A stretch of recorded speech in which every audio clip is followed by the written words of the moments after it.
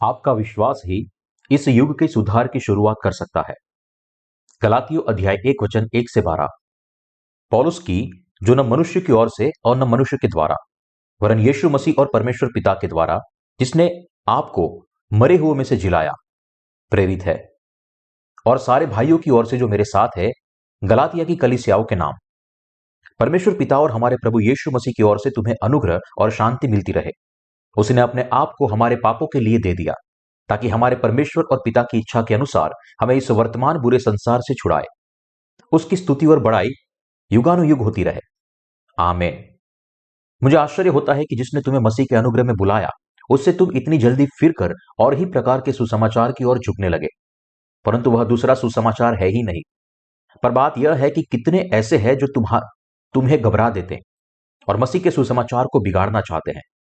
परंतु यदि हम या स्वर्ग से कोई दूत भी उस सुसमाचार को छोड़ जो हमने तुमको सुनाया है, कोई और सुसमाचार तुम्हें सुनाए, तो शापित हो। जैसा हम पहले कह चुके हैं, वैसा ही मैं अब फिर कहता हूं कि उस सुसमाचार को छोड़ जिसे तुमने ग्रहण किया है, यदि कोई और सुसमाचार सुनाता है, तो शापित हो। अब मैं क्या मनुष्य को मानता हूं या परमेश्वर को? क्या मैं मनुष्य को प्रसन्न करता हूं? यदि मैं अब तक मनुष्य की ही प्रसन्न करता रहा, तो मसीह का दास न होता। हे भाइयों, मैं तुम्हें बताए देता हूं कि जो सुसमाचार मैंने सुनाया है, वह मनुष्य का नहीं, क्योंकि वह मुझे मनुष्य की ओर से नहीं पहुंचा और ना मुझे सिखाया गया, पर यीशु मसीह के प्रकाशन से मिला।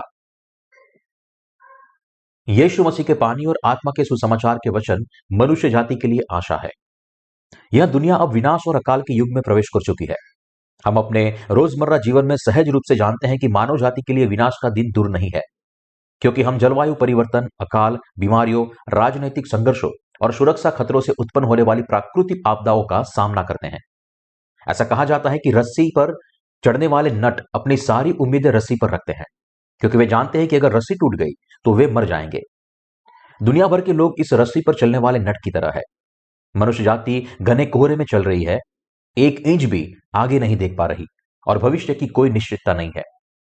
ऐसे समय में एक व्यक्ति है जिसने मानव जाति के उद्धार के प्रकाश और आशा की एक किरण को चमकाया है, और उसका नाम कुछ और नहीं बल्कि यीशु मसीह है, जिसने अपने बपतिस्मा के माध्यम से मानव जाति के पापों को सहा और विश्वासियों को परमेश्वर के अपने लोग बना दिया।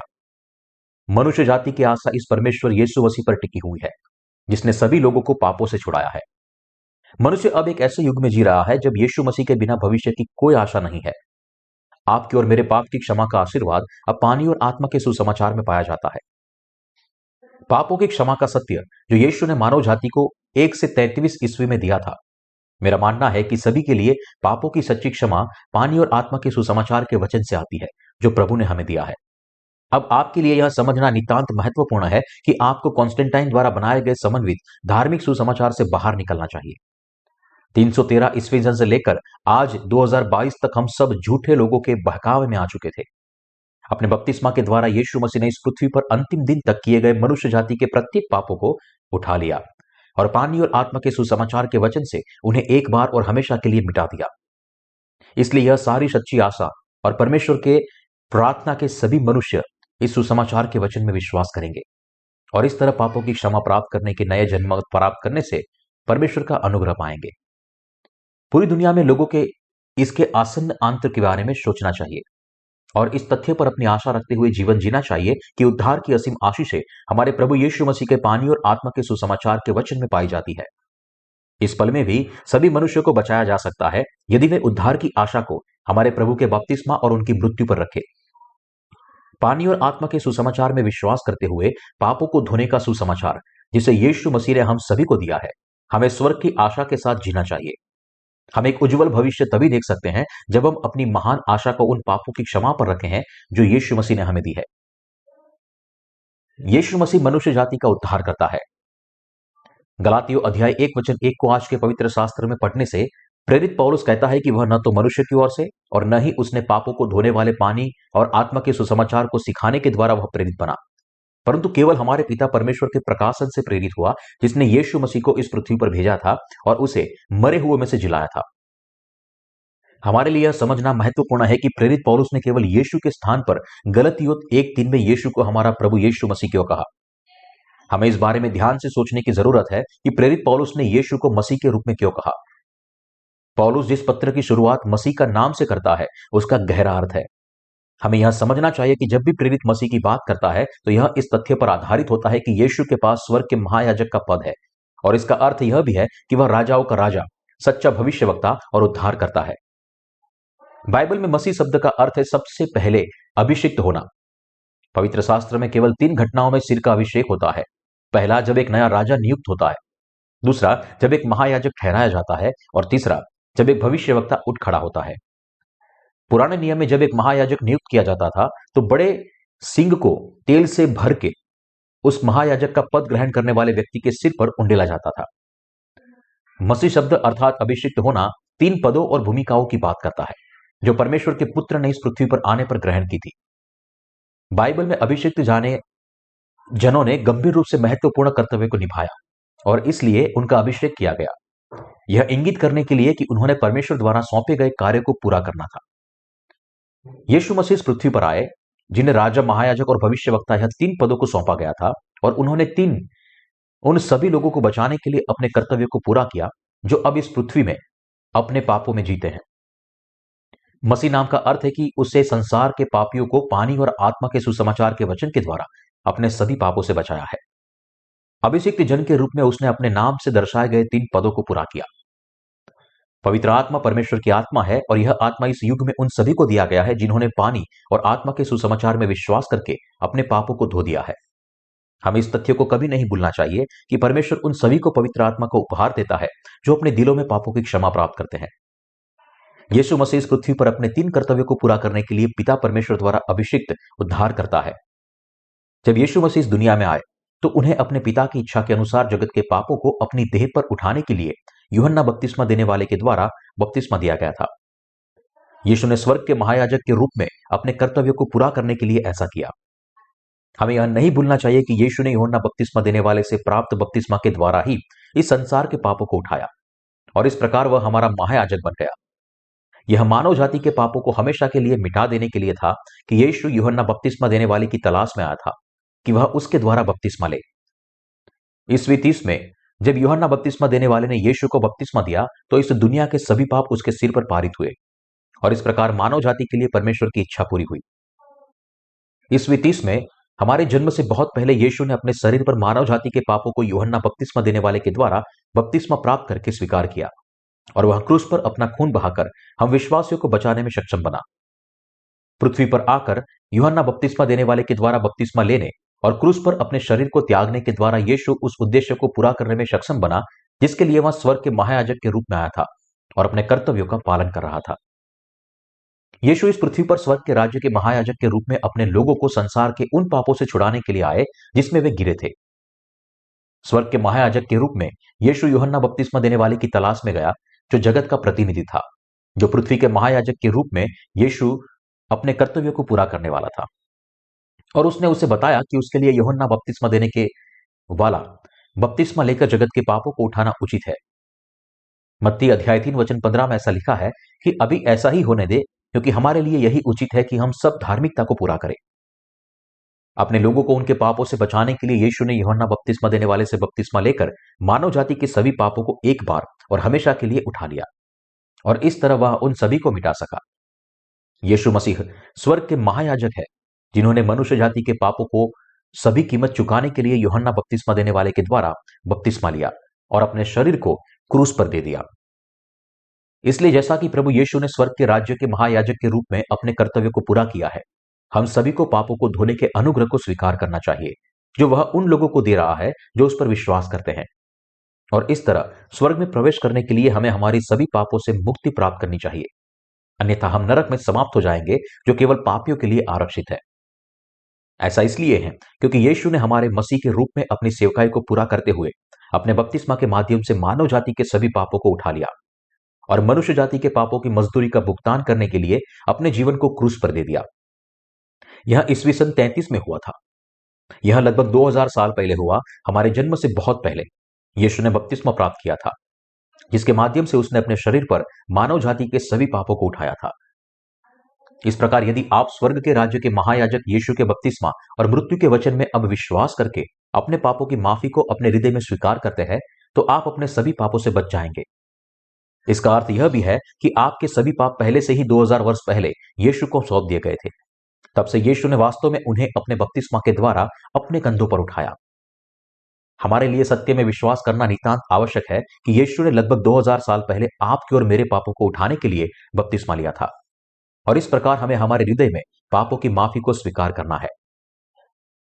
अधिक स्पष्ट रूप से बताऊं तो स्वर्ग के राज्य के महायाजक यीशु ने व्यक्तिगत रूप से इस दुनिया के सभी पापों को 1999 साल पहले अपने बपतिस्मा के द्वारा अपनी देह पर उठाया और क्रूस पर मर गया। और हम उद्धार के सत्य में विश्वास करने वाले ने पूरे मन से परमेश्वर की इस धार्मिकता पर विश्वास करने के द्वारा पापों की माफी प्राप्त की है। अब क्या आप इसे समझते हैं? यह बिल्कुल स्पष्ट है कि यीशु ने अपने बपतिस्मा के द्वारा पहले मनुष्य आदम से लेकर इतिहास के अंतिम मनुष्य के पापों तक संसार के सभी पापों को उठा लिया, और यही कारण है कि आज हम विश्वास के द्वारा हमारे सारे पापों से उद्धार पा चुके हैं। इसलिए क्योंकि आपके और मेरे सभी पापों को एक बार और हमेशा के लिए मिटा दिया गया है, इसलिए यीशु के बपतिस्मा और उसके लहू के लिए धन्यवाद। यह पानी और आत्मा के सुसमाचार के वचन में हमारे विश्वास के माध्यम से है कि हमने पापों की क्षमा प्राप्त की है। अब हम सभी के लिए केवल पानी और आत्मा के सुसमाचार के वचन में विश्वास करने के द्वारा ही हम अपने सभी पापों से बचाए गए हैं। मानव जाति को सभी पापों से बचाने के लिए यीशु स्वर्ग के महायाजक के पद के साथ हमें ढूंढते हुए इस पृथ्वी पर आए। फिर वह यूहन्ना बपतिस्मा देने वाले को ढूंढने गया, जो इस पृथ्वी पर एकमात्र व्यक्ति था जो मनुष्य के महायाजक के रूप में सेवा कर सकता था, और प्रभु ने उसके द्वारा बपतिस्मा लिया। इस बपतिस्मा के समय यीशु ने मानव जाति के सभी पापों को अपने ऊपर उठा लिया और फिर अपने शरीर को क्रूस पर दे दिया। ऐसा करते हुए उसने स्वयं को अपने सभी विश्वासियों का सच्चा बलिदान बनाया और इस प्रकार उसका उद्धारकर्ता बन गया। क्योंकि यीशु मसीह ने इस पृथ्वी पर आने पर बपतिस्मा लेने के द्वारा इस संसार के पापों को अपने शरीर पर उठा लिया, उसने परमेश्वर द्वारा स्थापित व्यवस्था को पूरा किया जो कहती है कि पापों की मजदूरी मृत्यु है। वह उद्धार करता है जो इस प्रकार हमारे लिए उद्धार लाया है। पुराने नियम की भविष्यवाणी के वचन के अनुसार मानव जाति के पापों को दंड को सहने के लिए यीशु मसीह को यूहन्ना बपतिस्मा देने वाले के द्वारा बपतिस्मा दिया गया था। इन पापों के लिए क्रूस पर मर गया और फिर से मृतकों में से जी उठा। वह उद्धार करता है जिसने इस प्रकार स्वर्ग के राज्य के महायाजक के रूप में अपने कर्तव्य को संपूर्ण तरीके से पूरा किया है। पापियों के उद्धार के लिए पिता परमेश्वर ने अपने इकलौते पुत्र यीशु मसीह को इस संसार में भेजा, और मसीह ने अपने बपतिस्मा के द्वारा मनुष्य जाति के सभी पापों को सहकर और उनके स्थान पर मरने के द्वारा उन सभी के लिए सच्चा उद्धार लाया है जो पानी और आत्मा के सुसमाचार उद्धार के सुसमाचार में विश्वास करते हैं। यीशु ने हमारे उद्धार को संपूर्ण तरीके से पूरा किया है ताकि हम पानी और आत्मा के सुसमाचार में विश्वास करने वाले हमारे सभी पापों से बच सके और परमेश्वर की पवित्र संतान बन सके। यही कारण है कि प्रेरित पौलुस आज के पवित्र शास्त्र के भाग में परमेश्वर की स्तुति कर रहा है और कहता है, उसकी स्तुति और बड़ाई युगानुयुग होती रहे। वह दूसरा सुसमाचार क्या है जिसके बारे में पौलुस बात करता है? गलातियों अध्याय 1 वचन 6 में प्रेरित पौलुस बताता है कि वह दूसरा सुसमाचार क्या है। वह कहता है, मुझे आश्चर्य होता है कि जिसने तुम्हें मसीह के अनुग्रह में बुलाया उससे तुम इतनी जल्दी फिरकर और ही प्रकार के सुसमाचार की ओर झुकने लगे।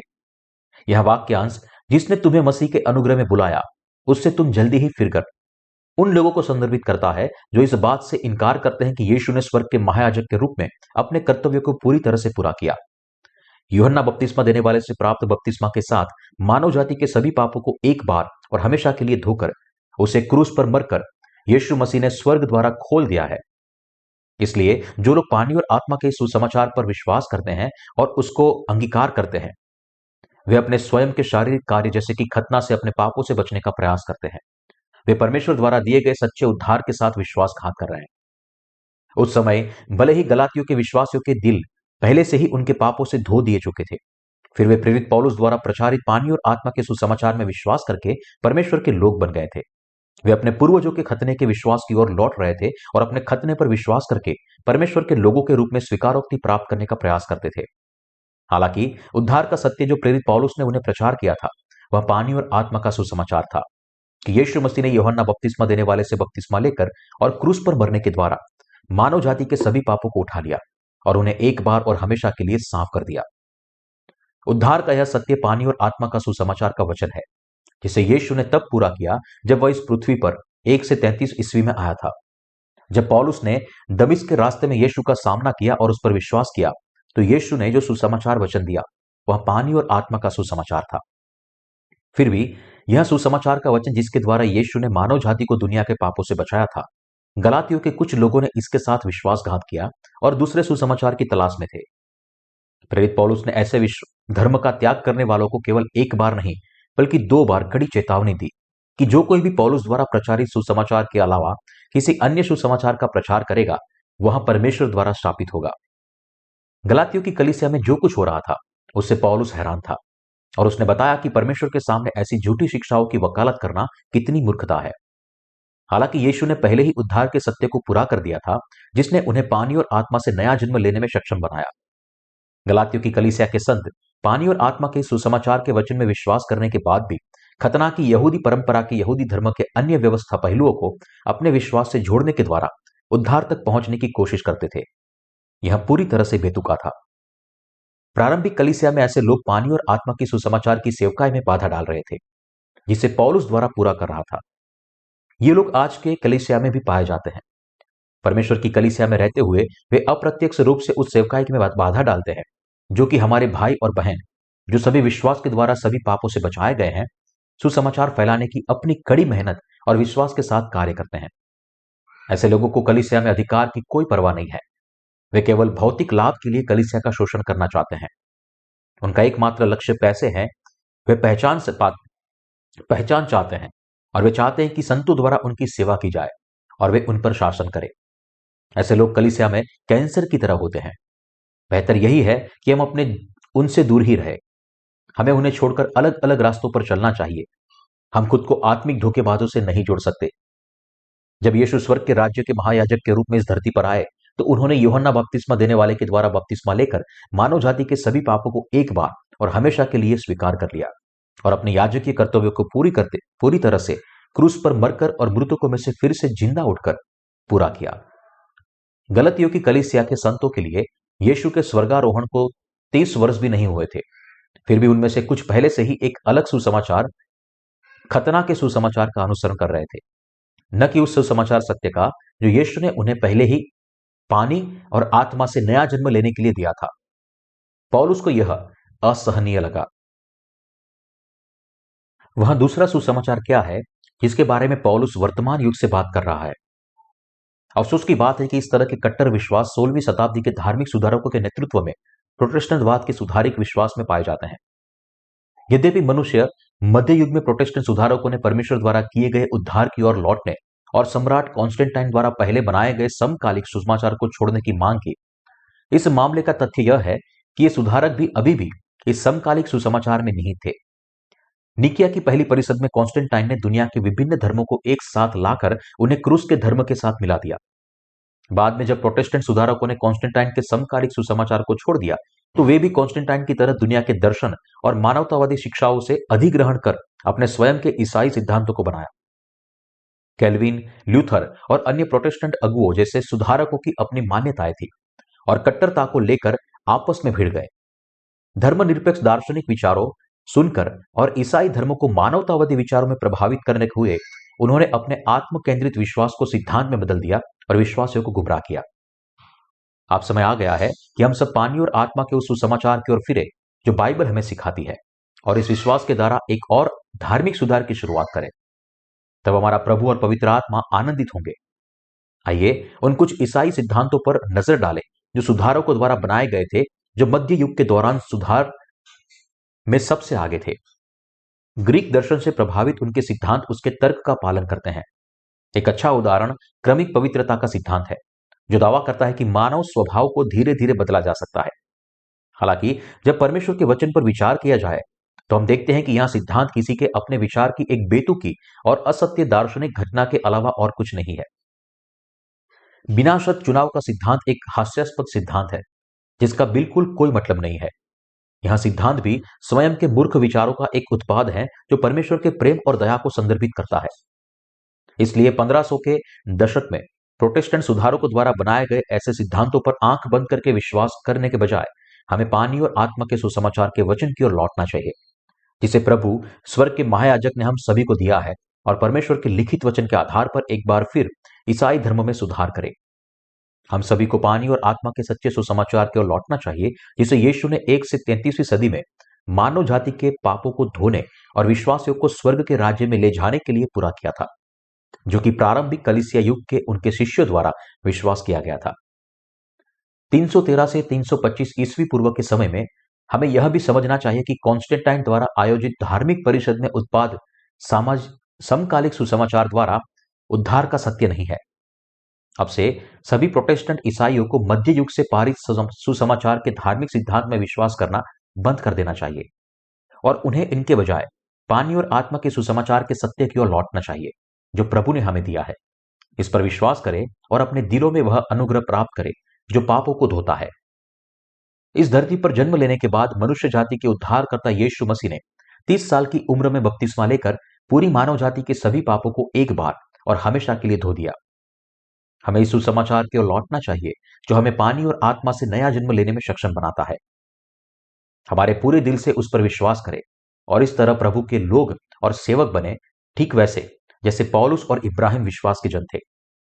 इसलिए मैं आपसे आग्रह करता हूं कि आप अपने दिल में बसे क्रूस के धर्मों को पूरी तरह से उखाड़ फेंकें और पानी और आत्मा के सुसमाचार में वापस आए और विश्वास करें।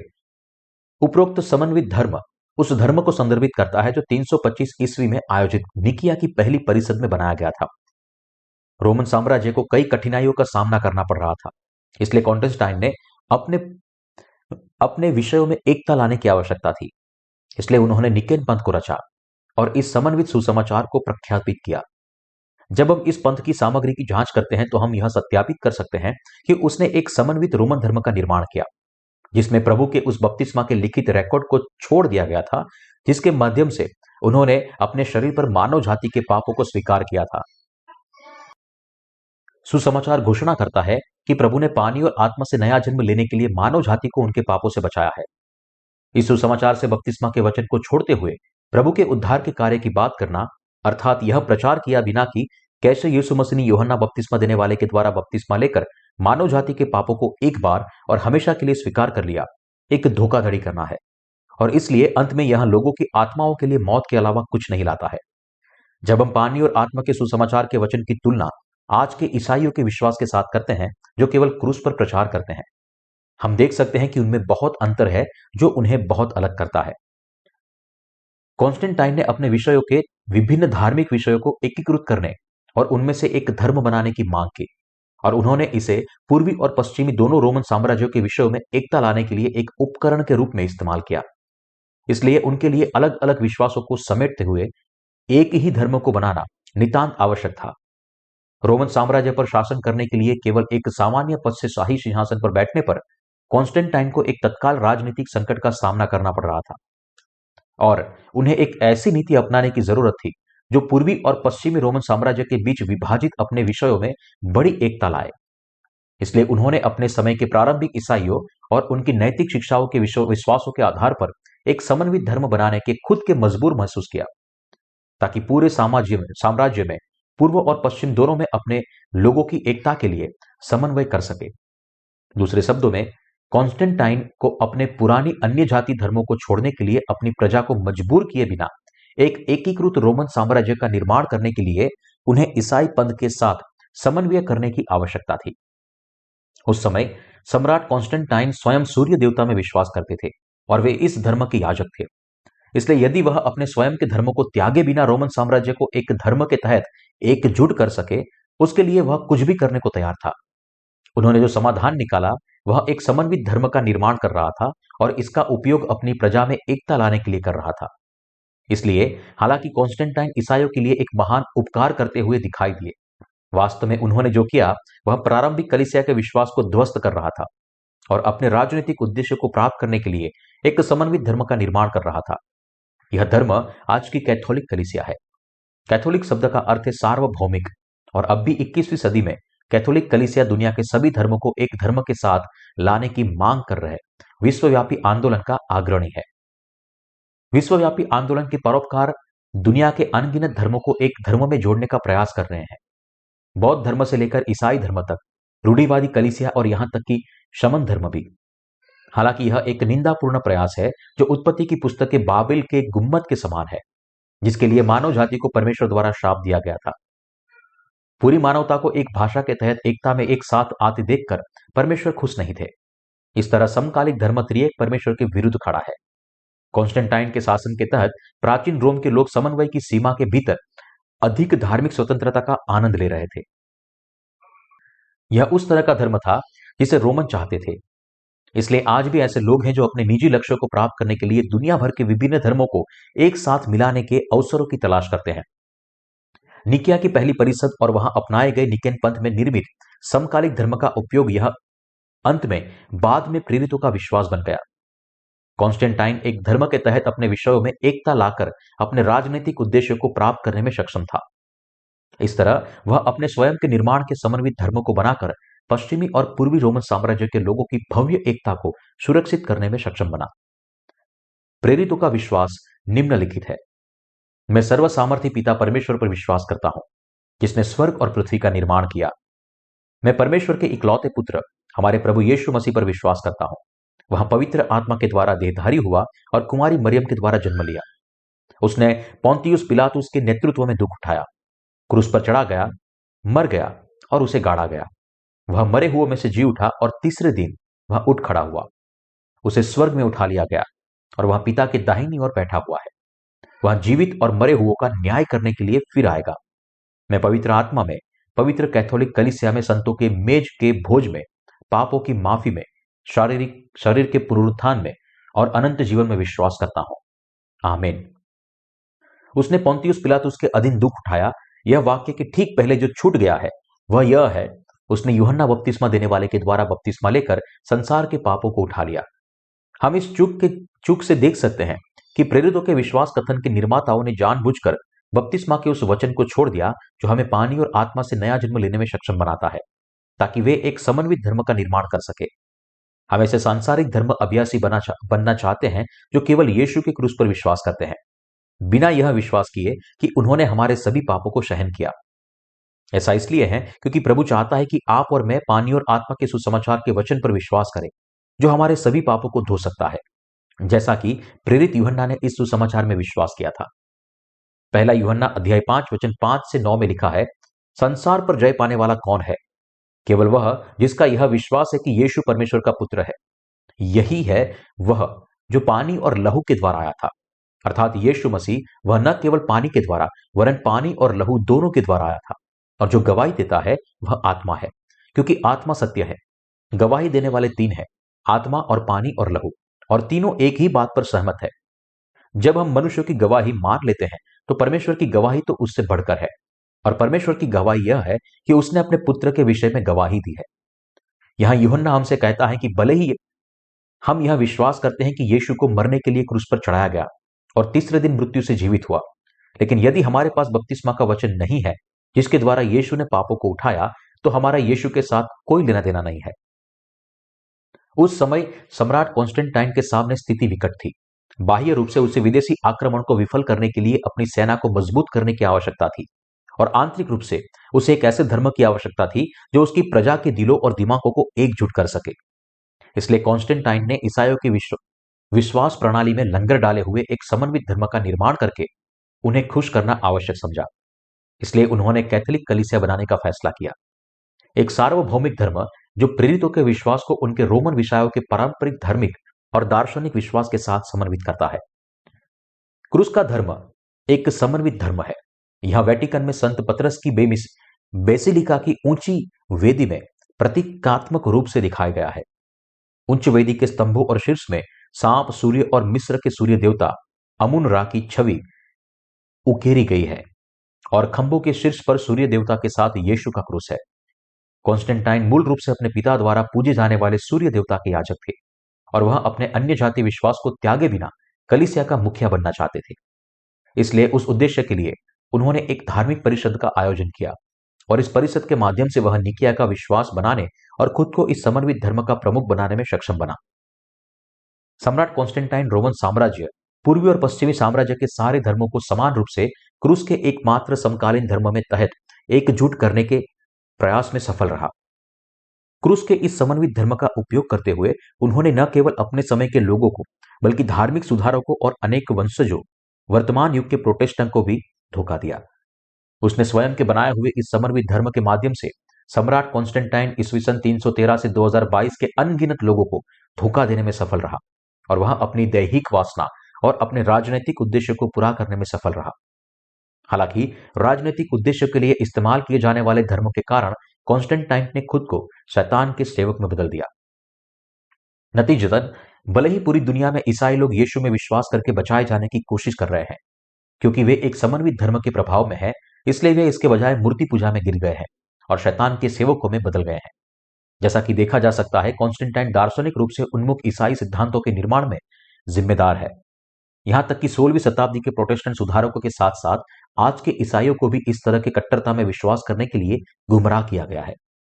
अपना उनका अपार प्रभाव न केवल कैथोलिक विश्वासियों बल्कि आज के सुधारित कलीसिया और उनके वंशजों तक भी पहुंचा है। इसलिए वे सभी जो स्वयं को ईसाई मानते हैं, उन्हें समकालिक धर्म के विश्वास को त्याग देना चाहिए और पानी और आत्मा के सुसमाचार के वचन की ओर लौटना चाहिए, जो प्रभु ने प्रारंभिक कलीसिया युग में दिया था। हमारे पापों को उठाने के लिए यीशु ने जो बपतिस्मा लिया था, उसे और क्रूस के वचन को समझने और विश्वास करने के द्वारा उन्हें अपने सभी पापों से नया जन्म प्राप्त करना चाहिए। जो लोग मध्य युग में धार्मिक सुधारकों द्वारा एक साथ जोड़े गए ईसाई सिद्धांत में विश्वास करते हैं, उन्हें यह समझना चाहिए कि यह सिद्धांत मानव निर्मित धार्मिक विश्वासों से ज्यादा कुछ नहीं है और उन्हें अब प्रभु के पास लौटना चाहिए और उद्धार के वास्तविक सत्य के रूप में पानी और आत्मा के सुसमाचार में विश्वास करना चाहिए। आज के सभी धर्मशास्त्री दावा करते हैं कि उनके अपने सिद्धांत ही सच्चे सिद्धांत है। हालांकि हमें ऐसे दावों को अलग रखने की आवश्यकता है और यह समझना चाहिए कि यह हमारे लिए अपने हृदय के कान खोलने के समय है कि हम पानी और आत्मा के सुसमाचार को सुने, जो बाइबल के दोनों नियमों में लिखा और बोला गया है, और इस सुसमाचार में विश्वास करें। प्रभु ने हमें हमारे सभी पापों से शुद्ध होने का मौका दिया है। हमें अभी इस अवसर का लाभ उठाना चाहिए और धन्यवाद के साथ पानी और आत्मा के सुसमाचार के वचन पर विश्वास करना चाहिए। वास्तव में आपको और मुझे कुकर्मियों ने धोखा दिया था, धर्म सुधारकों के द्वारा भी धोखा दिया गया।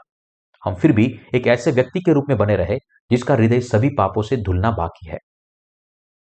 हालांकि भले हम 21वीं सदी में जी रहे हैं, हमारे सदा धर्मी और पवित्र प्रभु यीशु बपतिस्मा देने वाले से प्राप्त बपतिस्मा के वचन से हमारे पापों को धोकर अब हमारे पापों के दंड को हमारी जगह सहन सकते हैं और हमें बचाया है। और प्रभु अब हमें पानी और आत्मा के सुसमाचार के वचन के द्वारा उद्धार का यह अनुग्रह प्रदान करता है। प्रभु अनंत उद्धार करता है, जिसने अपने बपतिस्मा के द्वारा प्रत्येक पापी के सभी पापों को उठा लिया। इस पृथ्वी पर रहते हुए प्रत्येक व्यक्ति को पानी और आत्मा का सुसमाचार का वचन देकर वह सभी मनुष्यों को समन्वित सुसमाचार के धर्म से मुक्त करना चाहता है और उन्हें सच्चा उद्धार देना चाहता है। उन सभी को जो अपने हर पाप से धुलने की लालसा रखते हैं, प्रभु पापों की क्षमा देना चाहता है ताकि वे नया जन्म प्राप्त कर सके। क्या आप पानी और आत्मा के सुसमाचार के वचन को जानते हैं जो हमारे प्रभु ने आपको दिया है? क्या आप पानी और आत्मा के उस सुसमाचार में विश्वास करते हैं, या क्या आप एक समन्वित सुसमाचार में विश्वास करते हैं? प्रारंभिक कलीसिया युग में लौटते हुए याद करें कि कैसे गलातियों के विश्वासियों ने यह दावा करते हुए एक अलग सुसमाचार का प्रचार किया कि उद्धार केवल तभी प्राप्त होता है जब व्यक्ति पानी और आत्मा के सुसमाचार के सत्य के बजाय खतने की रीति पर विश्वास करता हो और उसका पालन करता हो। इन गलातियों के विश्वासियों की तरह सम्राट कॉन्स्टेंटाइन ने भी प्रारंभिक कलीसिया के संतों के विश्वास को सांसारिक धर्मों के साथ मिलाकर एक समन्वित धर्म बनाने की मांग की। हमारे लिए इससे समझना और इसे स्वीकार करना नितांत महत्वपूर्ण है। प्रेरितों का विश्वास जो कॉन्स्टेंटाइन ने निकिया की पहली परिषद में बनाया था, वह पानी और आत्मा के सुसमाचार का वचन नहीं है जिसके बारे में प्रभु बाइबल में बोलता है, और इसलिए वे जो कॉन्स्टेंटाइन के बनाए हुए समन्वित धर्मों में विश्वास करके उद्धार तक पहुंचने की कोशिश करते हैं, वे सब विफल हो जाएंगे।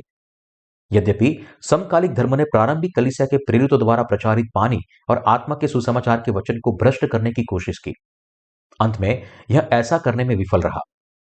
ऐसा इसलिए है क्योंकि मानव जाति के उद्धारकर्ता प्रभु द्वारा पूरा किया गया पानी और आत्मा का सुसमाचार वह सत्य है जो किसी और चीज के साथ मिश्रित नहीं हो सकता। प्रारंभिक कलीसिया युग में प्रेरित पौलुस ने गलातियों के संतों को जो उपदेश दिया था, वह यह घोषणा करने वाला सुसमाचार था कि क्योंकि प्रभु जब इस पृथ्वी पर आया, तब उसने एक बार और हमेशा के लिए यूहन्ना बपतिस्मा देने वाले से बपतिस्मा लेने के द्वारा मानव जाति के पापों को उठा लिया और उन पापों को उठाकर क्रूस पर मरने के द्वारा जगत के पापों का दंड चुकाया। और गलातियों के संतों ने इस वचन में विश्वास किया था। पौलुस एक बार फिर गलातियों की कलीसिया को सुसमाचार के वचन याद दिला रहा था कि यीशु ने अपने बपतिस्मा और क्रूस पर अपनी मृत्यु के माध्यम से मानव जाति को उनके पापों से बचाया था। पौलुस ने कहा, और तुम में से जितनों ने मसीह में बपतिस्मा लिया है उन्होंने मसीह को पहन लिया है। पौलुस यहां इस बारे में बात कर रहा था कि कैसे प्रभु यीशु ने यूहन्ना बपतिस्मा देने वाले से प्राप्त बपतिस्मा के द्वारा इस संसार के सभी पापों को उठा लिया।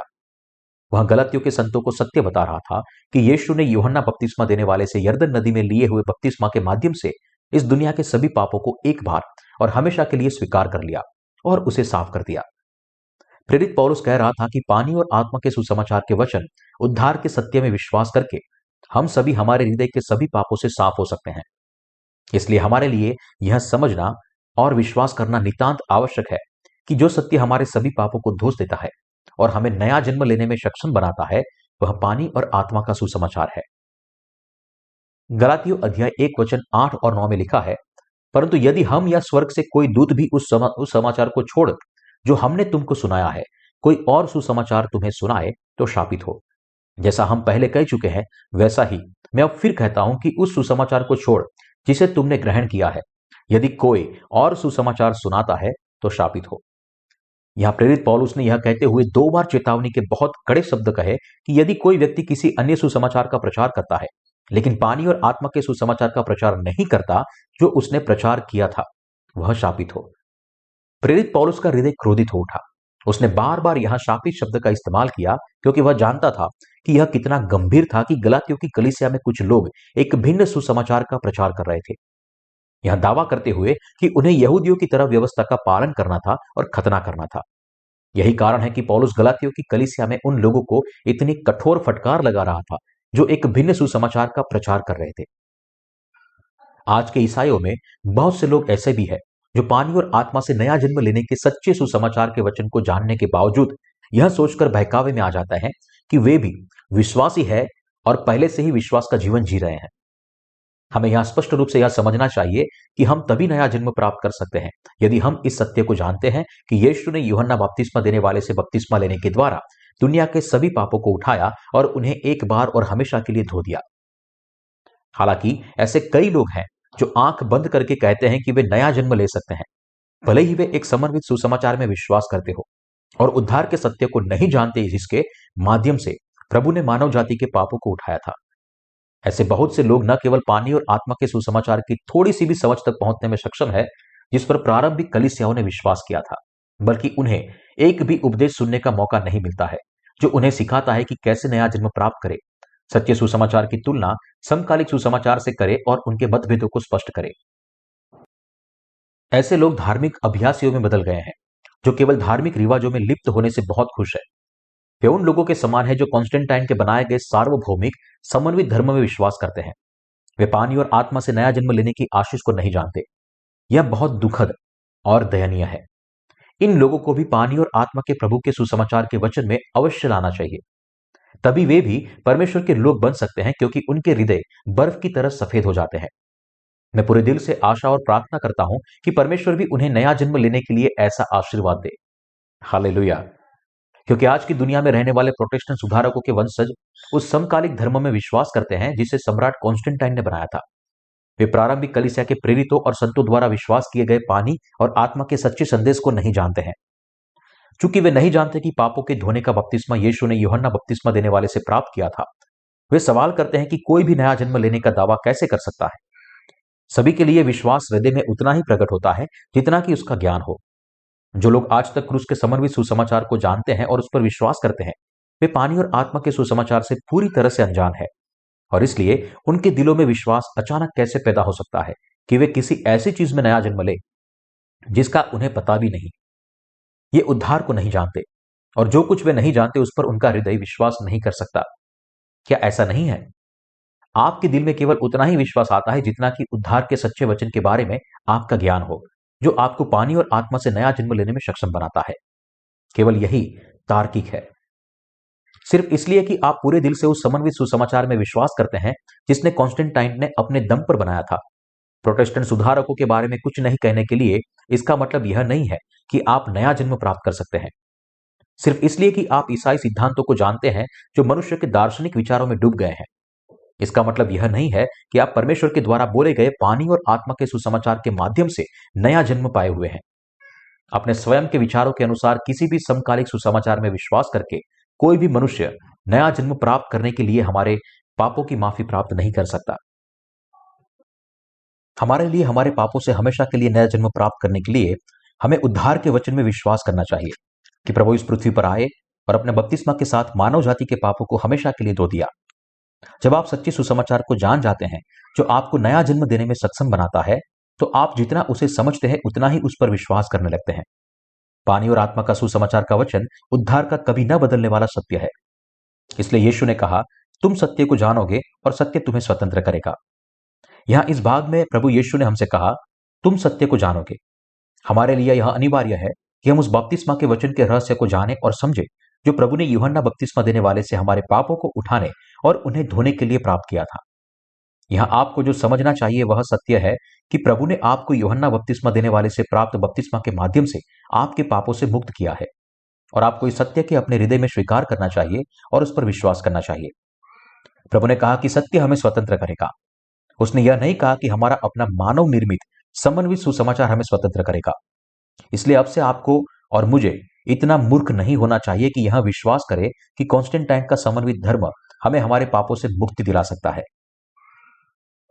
आपको इस धारणा को भी दूर करना चाहिए कि आप प्रोटेस्टेंट सुधारकों के विश्वास के माध्यम से नया जन्म प्राप्त कर सकते हैं।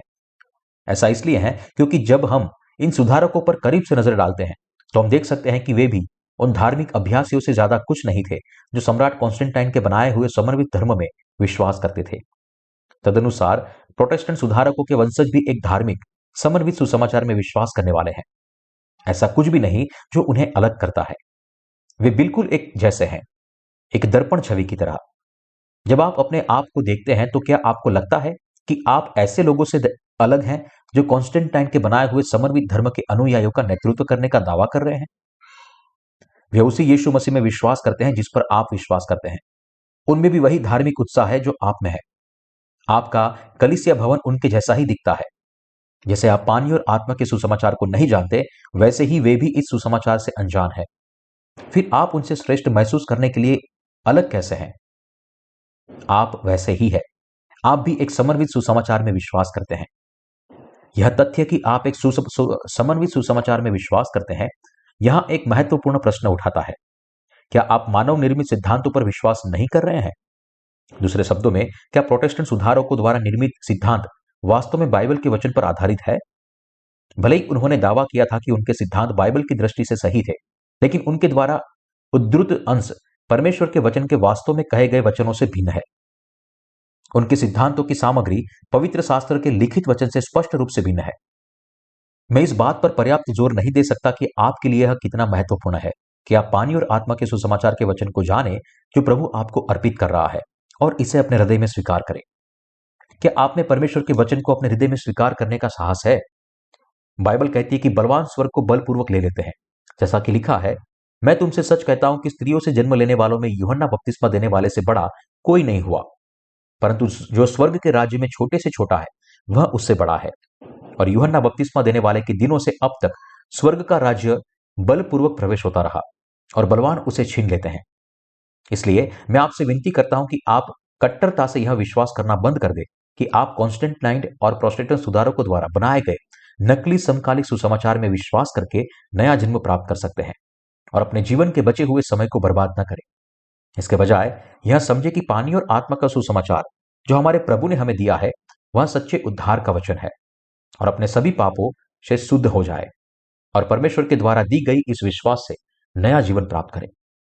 यीशु ने हमें बताया कि उसका पानी और आत्मा का सुसमाचार सत्य हमें स्वतंत्र करेगा, और हम सभी को इस वचन पर विश्वास करना चाहिए और उस पर भरोसा करना चाहिए। प्रभु द्वारा बोला गया उद्धार का सच्चा वचन पानी और आत्मा के सुसमाचार के वचन में पाया जाता है। मत्ती अध्याय 3 वचन 15 में यीशु ने जो कहा उसके अनुसार हमें जानना और विश्वास करना चाहिए। इस प्रकार हमारे लिए सब धार्मिकता को पूरा करना उचित है। जब यीशु मसीह को यूहन्ना बपतिस्मा देने वाले से बपतिस्मा दिया गया था तो उन्होंने मानव जाति के सभी पापों को अपने सिर पर ले लिया और उन्हें धो दिया, जिससे परमेश्वर की धार्मिकता पूरी हो गई। इसलिए हमें प्रभु के बपतिस्मा के वचन, पापों के धोने के वचन को अपने हृदयों पर लागू करना चाहिए और उस पर विश्वास करना चाहिए। हमें उस सत्य को समझना चाहिए जो हमें हमारे सभी पापों से बचाता है, और हमें विश्वास के द्वारा उसे अपने दिलों में दृढ़ता से थामे रहना चाहिए। क्या अब आप समझते हैं कि यीशु ने बपतिस्मा लेकर आपके पापों को हमेशा के लिए अपने ऊपर ले लिया? क्या आपके मन में अब यह समझ है? एक बार जब आप पानी और आत्मा के सुसमाचार के वचन को समझ लेते हैं, तो आपके दिल में उतना ही विश्वास पैदा हो सकता है जितना आपके दिमाग में है। अब जब आप यीशु के बपतिस्मा के रहस्य को जान गए हैं, तो आप समझ सकते हैं कि यीशु के आपके पापों को स्वीकार कर लिया और दुनिया के पापों को क्रूस पर ले गए। इसका मतलब यह है कि अब आप पानी और आत्मा के सच्चे सुसमाचार में उद्धार पाने के लिए विश्वास करने लगे हैं। पानी और आत्मा का सुसमाचार वचन उद्धार का वास्तविक सत्य है, जो आपको और मुझे दुनिया के पापों से बचाता है, और यह विश्वास की नींव भी है जो हमारे अंदर सच्ची समझ लाती है, ताकि हम अपने दिल में विश्वास कर सके। जिस समर्पित सुसमाचार की शिक्षाओं में आप विश्वास करते हैं, वह प्रभु द्वारा बोले गए पानी और आत्मा के सच्चे सुसमाचार वचन से पूरी तरह से अलग है। मानव निर्मित विचारों से लद्दी समकालिक सुसमाचार के धार्मिक अनुयायी आज आपको अपने स्वयं के संप्रदायों को ईसाई सिद्धांतों जैसे कि क्रमिक पवित्रता के सिद्धांत में विश्वास करके अपने सभी पापों से बचाने के लिए कहते हैं, लेकिन सिर्फ इसलिए कि वे मांग कर रहे हैं कि आप उद्धार का विश्वास प्राप्त करें। क्या आपका हृदय अचानक इस विश्वास को प्राप्त कर सकता है? नहीं, बिल्कुल नहीं। उनके शब्द एक समर्पित सुसमाचार द्वारा सिखाए गए मनुष्य के बेकार विचारों से ज्यादा कुछ नहीं है। उनकी सभी शिक्षाएं नैतिक से अधिक कुछ नहीं है। वे आपको पापों से बचाने वाले पानी और आत्मा के सुसमाचार के करीब भी नहीं लाते हैं। अभी जो समकालिक सुसमाचार में विश्वास करते हैं, वे सोचते हैं कि उनके हृदय समय के साथ धीरे धीरे पवित्र किए जाते हैं। हालांकि ऐसा बिल्कुल नहीं है। यह विचार कि लोगों को क्रूस को पवित्र करना है, केवल उनका अपना विचार है। जब लोग वास्तव में ऐसा करने की कोशिश करते हैं, तो उन्हें कुछ ही समय में पता चल जाएगा कि यह एक असंभव धार्मिक शिक्षा से ज्यादा कुछ नहीं है। व्यर्थ धार्मिक सिद्धांत और उद्देश्य मानव आत्मा को खाली कर देता है। जिस प्रकार सब कुछ व्यर्थ है, उसी प्रकार मनुष्य के अस्त व्यस्त विचार व्यर्थता से अधिक कुछ नहीं। इसके विपरीत उद्धार का वचन जो प्रभु बाइबल के दोनों नियमों में बताता है, वह सच्चा वचन है जो हमें पानी और आत्मा से नया जन्म लेने में सक्षम बनाता है। हमें यह विश्वास करने के द्वारा अपने हृदयों में पापों की क्षमा प्राप्त करनी चाहिए कि हमारे पाप यीशु को यूहन्ना बपतिस्मा देने वाले से प्राप्त बपतिस्मा के माध्यम से पारित किए गए थे। यह दावा कि ईसाई केवल तभी उद्धार प्राप्त कर सकते हैं जब वे समय के साथ क्रमिक रूप से पवित्र हो जाए, केवल एक धार्मिक सिद्धांत है जो एक समर्पित सुसमाचार द्वारा सिखाया जाता है। ईसाई धर्म का कोई भी सिद्धांत उद्धार के सत्य का गठन नहीं करता।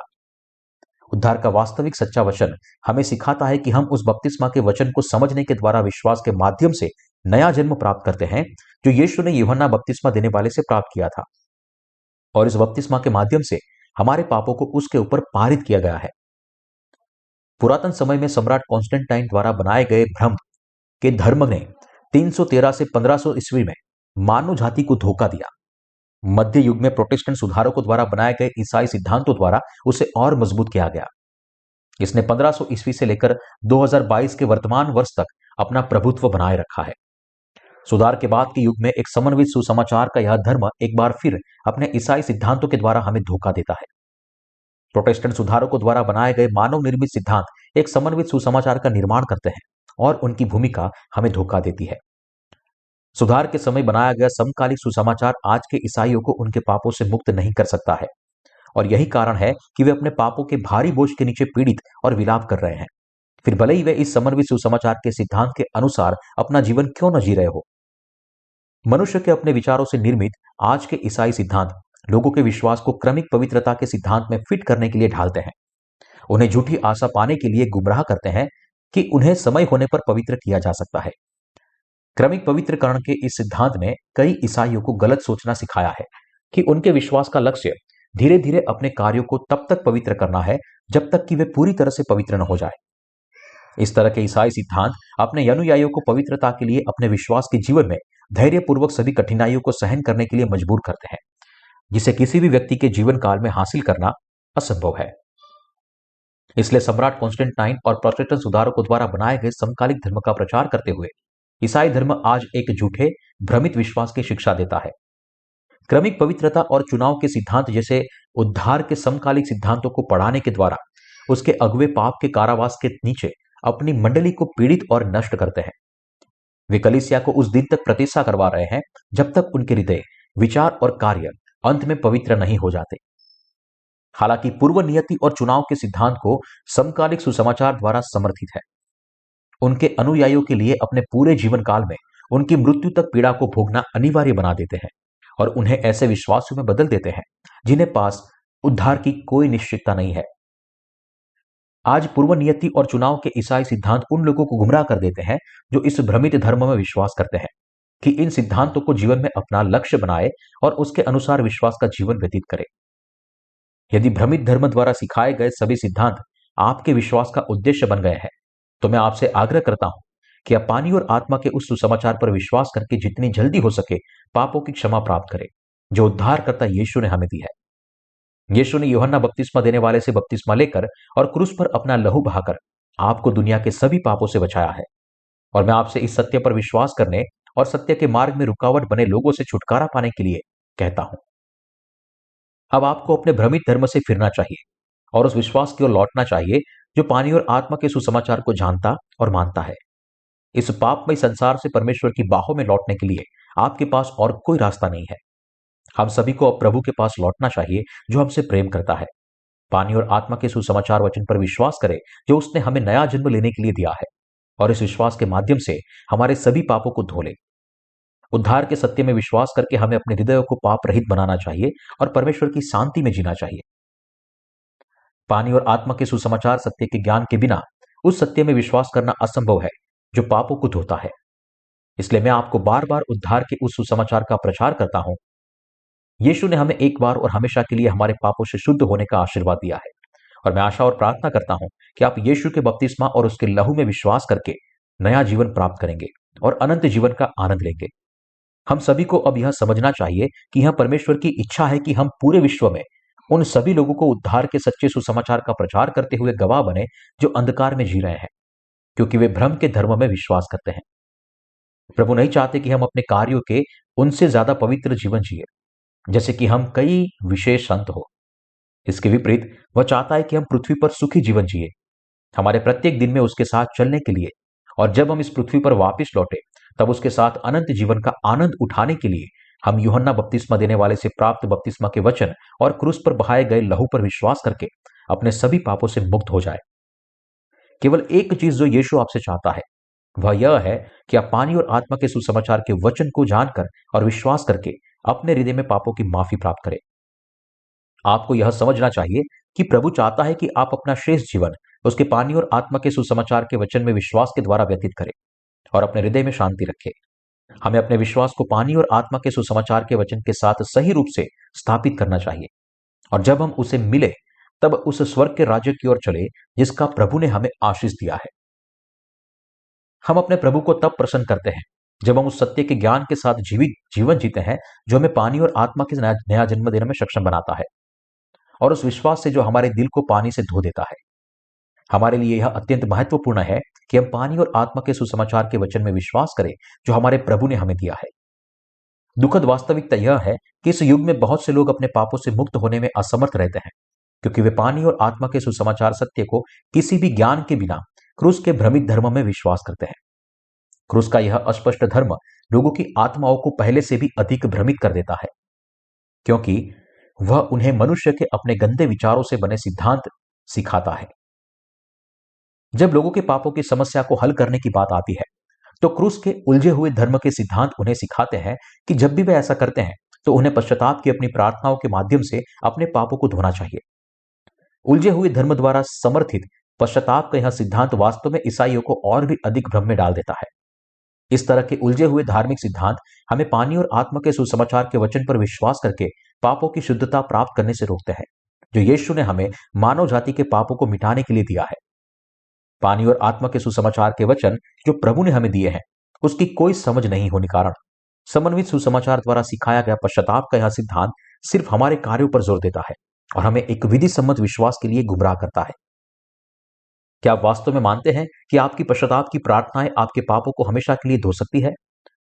पश्चाताप का ऐसा सिद्धांत झूठ का एक फंदा है जो लोगों के कृत्यों को क्रमिक पवित्रता के सिद्धांत के साथ जोड़ता है और उन्हें झूठे लोगों के बांधता है। शैतान आपको क्रूस के धर्म के साथ आपके पापों में कैद करना चाहता है।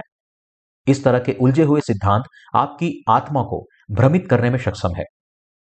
वैकल्पिक सुसमाचार जो आपको भ्रम के धर्म से मुक्त कर सकता है, वह है पानी और आत्मा का सुसमाचार वचन।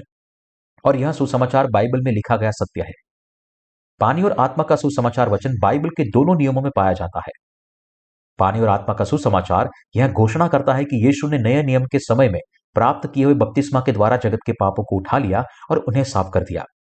और उद्धार के इस सुसमाचार के अलावा दूसरा कोई सत्य नहीं जो आपको ऐसी दुनिया में आमंत्रित करता है। यहां आपका हृदय पाप रहित बनता है। यानी पानी और आत्मा का सुसमाचार उद्धार का वैकल्पिक मार्ग है जो आपको सुबह के सूरज की तरह चमकते हुए उद्धार के सच्चे प्रकाश में ले जाता है, और प्रभु इसके स्वामी है। पानी और आत्मा का सुसमाचार सत्य जो प्रभु हमसे बोल रहा है, वह बपतिस्मा का वचन है जो उसने यूहन्ना बपतिस्मा देने वाले से प्राप्त किया था जब वह इस पृथ्वी पर आया था। और यह उद्धार का वचन है जो यह घोषणा करता है कि प्रभु ने जगत के पापों को हमेशा के लिए उठाया और हमारे पापों के हमेशा के लिए धो दिया है।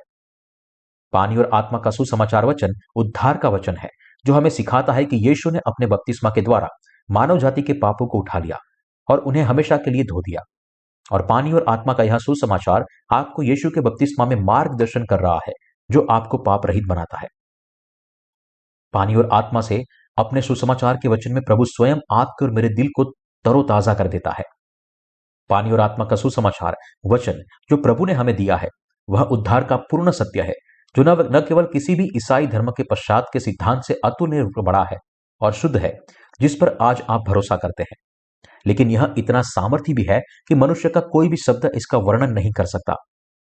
पानी और आत्मा का सुसमाचार उद्धार का सुसमाचार है जो डायनामाइट की तरह शक्तिशाली होने के कारण आपके और मेरे पापों को हमेशा के लिए धोने में सक्षम है।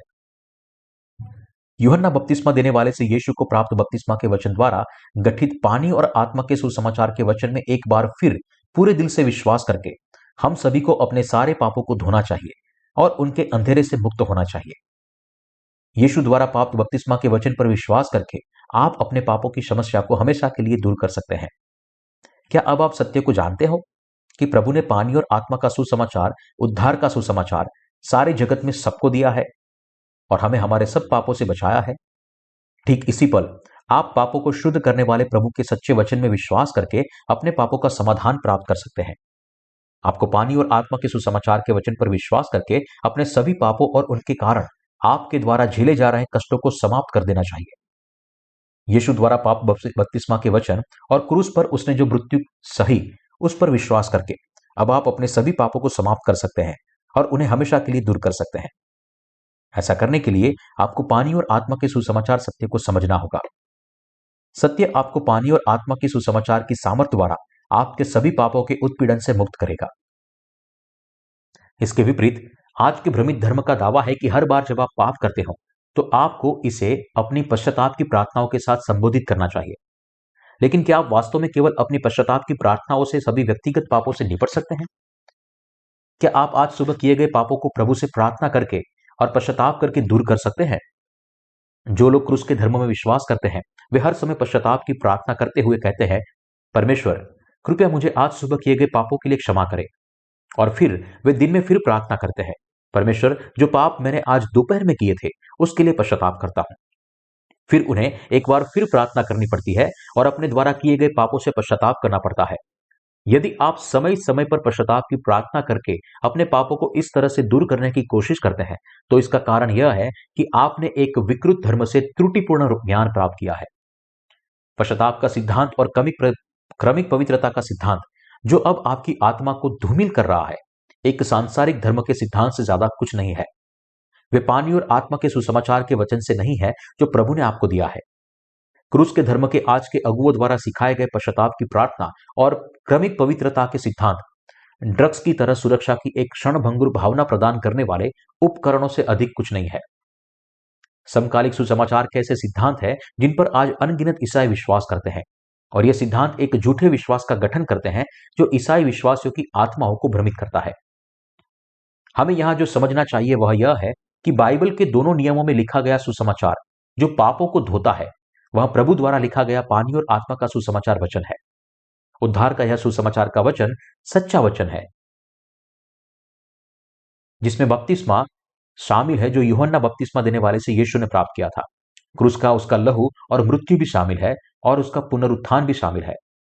बाइबल हमें बताते हैं कि उद्धार का सुसमाचार जो पापियों को उनके पापों से बचाता है और शुद्ध करता है, वह पानी और आत्मा का सुसमाचार है। प्रेरित पौलुस गलातियों को लिखे पत्र में भी यह कह रहा है कि पानी और आत्मा का सुसमाचार यीशु का बपतिस्मा है। कहीं और प्रेरित पतरस और प्रेरित यूहन्ना समान रूप से यह गवाही देता है कि जिस सुसमाचार ने मानव जाति को पापों से दूर किया और उसे धो दिया, वह पानी और आत्मा का सुसमाचार है। और तुम में से जितनों ने मसीह में बपतिस्मा लिया है, उन्होंने मसीह को पहन लिया है। गलातियों अध्याय 3 वचन 27।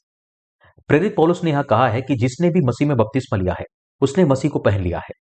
इस भाग से हम बाइबल को यह कहते हुए देख सकते हैं कि यदि हम यीशु के बपतिस्मा और उसकी मृत्यु में विश्वास करते हैं, तो हम सभी को अपने पापों से बचाया जा सकता है। ऐसा इसलिए है क्योंकि मसीह के कार्य के कारण उसके बपतिस्मे के द्वारा ही हमारे पाप यीशु को सौंपे गए थे और उसकी मृत्यु हमारे वजह से सही थी। इसलिए जिन्होंने मसीह में बपतिस्मा लिया है, वे मसीह के साथ मर सकते हैं और मसीह के साथ पुनरुत्थित हो सकते हैं, क्योंकि वे उसके कार्य में विश्वास करते हैं। क्या हम यीशु के साथ यूहन्ना बपतिस्मा देने वाले से बपतिस्मा प्राप्त कर सकते हैं? यह यीशु के कार्य में हमारे विश्वास के द्वारा संभव है। यह केवल विश्वास के द्वारा ही है कि हम यीशु के दिनों में लौट सकते हैं और यूहन्ना बपतिस्मा देने वाले से उसके साथ मिलकर बपतिस्मा प्राप्त कर सकते हैं। हमारे शरीर में यह संभव नहीं है। हालांकि इस वचन में विश्वास करते हैं कि यीशु ने यूहन्ना बपतिस्मा देने वाले से अपने बपतिस्मा के द्वारा हमारे सभी पापों को एक बार और हमेशा के लिए स्वीकार किया। हम भी बपतिस्मा ले सकते हैं और विश्वास से मृत्यु को प्राप्त कर सकते हैं और यीशु के धर्मी कार्य में हमारे विश्वास के द्वारा अपने पापों से धुल सकते हैं। विश्वास के द्वारा हमारे दिलों में अब हम यूहन्ना बपतिस्मा देने वाले से यीशु मसीह के साथ बपतिस्मा ले सकते हैं। यदि हम जानते हैं कि यीशु मसीह का बपतिस्मा और उसकी मृत्यु प्रभु का उद्धार का कार्य है, जिसके द्वारा उसने हमारे पापों को स्वीकार किया है, तो हम भी उसमें विश्वास कर सकते हैं, उसके साथ मर सकते हैं और उसके साथ फिर से मृतकों में से जीवित हो सकते हैं। दूसरे शब्दों में, यदि हम यीशु मसीह के बपतिस्मा और उसकी मृत्यु में विश्वास करते हैं, तो उस समय हमारे सभी पाप यीशु के शरीर पर एक बार और हमेशा के लिए पारित हो जाते हैं और धुल जाते हैं और हमारे विश्वास से उसके साथ क्रूस पर मरना भी संभव हो जाता है। इसलिए विश्वास के द्वारा हम विश्वास का वस्त्र पहनकर मसीह के साथ बपतिस्मा ले सकते हैं, मसीह के साथ मर सकते हैं और मसीह के साथ मरे हुओं में से जीवित हो सकते हैं। अब हम अपने शरीर को रूपांतरित कर सकते हैं और यह विश्वास करके नया जन्म ले सकते हैं कि यीशु ने अपने बपतिस्मा के माध्यम से हमारे पापों को उठा लिया और इस दुनिया के पापों को उठाते हुए क्रूस पर मर गया। लिखित वचन के माध्यम से हम सभी लोग समय और स्थान से पार हो सकते हैं और उद्धार के प्रत्येक कार्य में विश्वास कर सकते हैं जो परमेश्वर ने हमारे लिए किया है। पानी और लहू के कार्य यानी हमारे प्रभु यीशु मसीह के कार्य के किसी भी ज्ञान के बिना सत्य में विश्वास करने के लिए हमारे हृदय में विश्वास नहीं पनप सकता। इसलिए यदि हमारा विश्वास इस ज्ञान पर आधारित है कि हमारे प्रभु ने यूहन्ना बपतिस्मा देने वाले से बपतिस्मा प्राप्त किया था, वह हमारा प्रायश्चित था और हमारे पापों को धोने के लिए था, तो हम पूरे दिल से पापों की क्षमा में विश्वास कर सकते हैं। इसलिए हमारे प्रभु ने यूहन्ना 8 और 32 में कहा, तुम सत्य को जानोगे। जब तक हमारे पास यह स्वीकार करने के लिए ज्ञान और विश्वास नहीं है कि यीशु ने यूहन्ना बपतिस्मा देने वाले से बपतिस्मा लेकर मानव जाति के सभी पापों को एक बार और हमेशा के लिए उठा लिया, तब तक हम अपने सभी पापों से शुद्ध नहीं हो सकते। इसलिए जहां तक हम यीशु को प्राप्त बपतिस्मा के वचन को जानते हैं, हम सभी इस विश्वास में सत्यता से विश्वास कर सकते हैं। इस सत्य को जानकर कि यीशु ने यूहन्ना बपतिस्मा देने वाले से बपतिस्मा लेकर हमारे सभी पाप को एक बार और हमेशा के लिए खुद पर उठा लिया और हमारे हृदय को साफ किया, आप और मैं भी सच्चा विश्वास प्राप्त कर सकते हैं। और इसलिए क्योंकि परमेश्वर का वचन सत्य है। इस दुनिया के सभी लोग यूहन्ना बपतिस्मा देने वाले से बपतिस्मा प्राप्त कर यीशु की देह पर एक बार और हमेशा के लिए पारित किए गए थे। धार्मिकता ग्रीक में दिकाइयो सुने है। मत्ती अध्याय 3 वचन 15 में लिखा है, अब तो ऐसा ही होने दे, क्योंकि हमारे लिए इसी रीति से तब धार्मिकता को पूरा करना उचित है। यीशु के बपतिस्मा के वचन को समझने के द्वारा ही हम स्वीकार कर सकते हैं कि उनके अपने हृदय में पापों की क्षमा प्राप्त कर सकते हैं। हमारे सारे पाप यीशु पर पारित किए गए हैं। इस सत्य को समझकर अब हम सभी को यीशु द्वारा धोकर और विश्वास द्वारा पापों की क्षमा में भाग लेने के आशीष को प्राप्त कर सकते हैं। बाइबल कहती है, जिन्होंने मसीह में बपतिस्मा लिया है, उन्होंने मसीह को पहन लिया है। इस बात का अर्थ है कि हम तभी यह कह सकते हैं कि हमारे हृदय में विश्वास सत्य के आधार पर बढ़ रहा है, जब हम यह समझते और पहचानते हैं कि यीशु के बपतिस्मा ने मानव जाति के पापों को धो दिया है। इसलिए हम केवल यह जानने और विश्वास करने के द्वारा ही हमारे सभी अपराधों से धुलने में सक्षम है कि बाइबल में लिखा यीशु का बपतिस्मा वह सत्य है जिसके माध्यम से उन्होंने मानव जाति के पापों को एक बार और हमेशा के लिए उठाया था। इस प्रकार यीशु के बपतिस्मा के वचन को जानने और उसमें विश्वास करने के द्वारा ही हम मसीह में बपतिस्मा लेने और मसीह को पहचानने का विश्वास प्राप्त कर सकते हैं। यीशु के बपतिस्मा के वचन में विश्वास करके हम मसीह के साथ चलने का विश्वास प्राप्त कर सकते हैं और अपने सभी पापों से भी शुद्ध हो सकते हैं। इस तरह हम सभी को यीशु मसीह के साथ बपतिस्मा लेने का विश्वास, उनके साथ क्रूस पर चढ़ाया जाने का विश्वास और उनके साथ इस मृत्यु में जीवित होने का विश्वास प्राप्त हो सकता है। इस संदर्भ में विश्वास के द्वारा भाग लेने के द्वारा जो कहता है कि तुम में से जितनों ने मसीह में बपतिस्मा लिया, हम सब परमेश्वर की उद्धार पाई हुई संतान बने हैं। प्रेरित पौलुस यहां जो कह रहा है, तुम में से जितनों ने मसीह में बपतिस्मा लिया, उन्होंने मसीह को पहन लिया है। पानी और आत्मा के सुसमाचार के वचन को समझने और उसमें विश्वास करने से प्राप्त होता है। प्रेरितों द्वारा विश्वास किया गया पापों को साफ करने का सुसमाचार क्या है? नए नियम में यीशु के अनगिनत चेले प्रेरित पौलुस से लेकर प्रेरित यूहन्ना और प्रेरित पतरस तक यीशु के बपतिस्मा के द्वारा अपने हृदयों को अपने पापों से धोने में सक्षम थे। हालांकि ईसा के 1330 ईस्वी में यीशु के पुनरुत्थान और स्वर्गारोहण के लंबे समय बाद सम्राट कॉन्स्टेंटाइन ने मिलान के आदेश के साथ एक समर्पित धर्म का निर्माण किया। चूंकि इस धर्म के अनुयायियों को बपतिस्मा के वचन का कोई ज्ञान नहीं था जो यीशु ने यूहन्ना बपतिस्मा देने वाले से प्राप्त किया था, वे नहीं जानते थे कि उनके पाप पहले ही पानी और आत्मा के सुसमाचार के वचन से साफ कर दिए हैं और इसलिए वे उस विश्वास को प्राप्त नहीं कर पाए जो उन्हें नया जन्म प्राप्त करने में सक्षम बनाता है।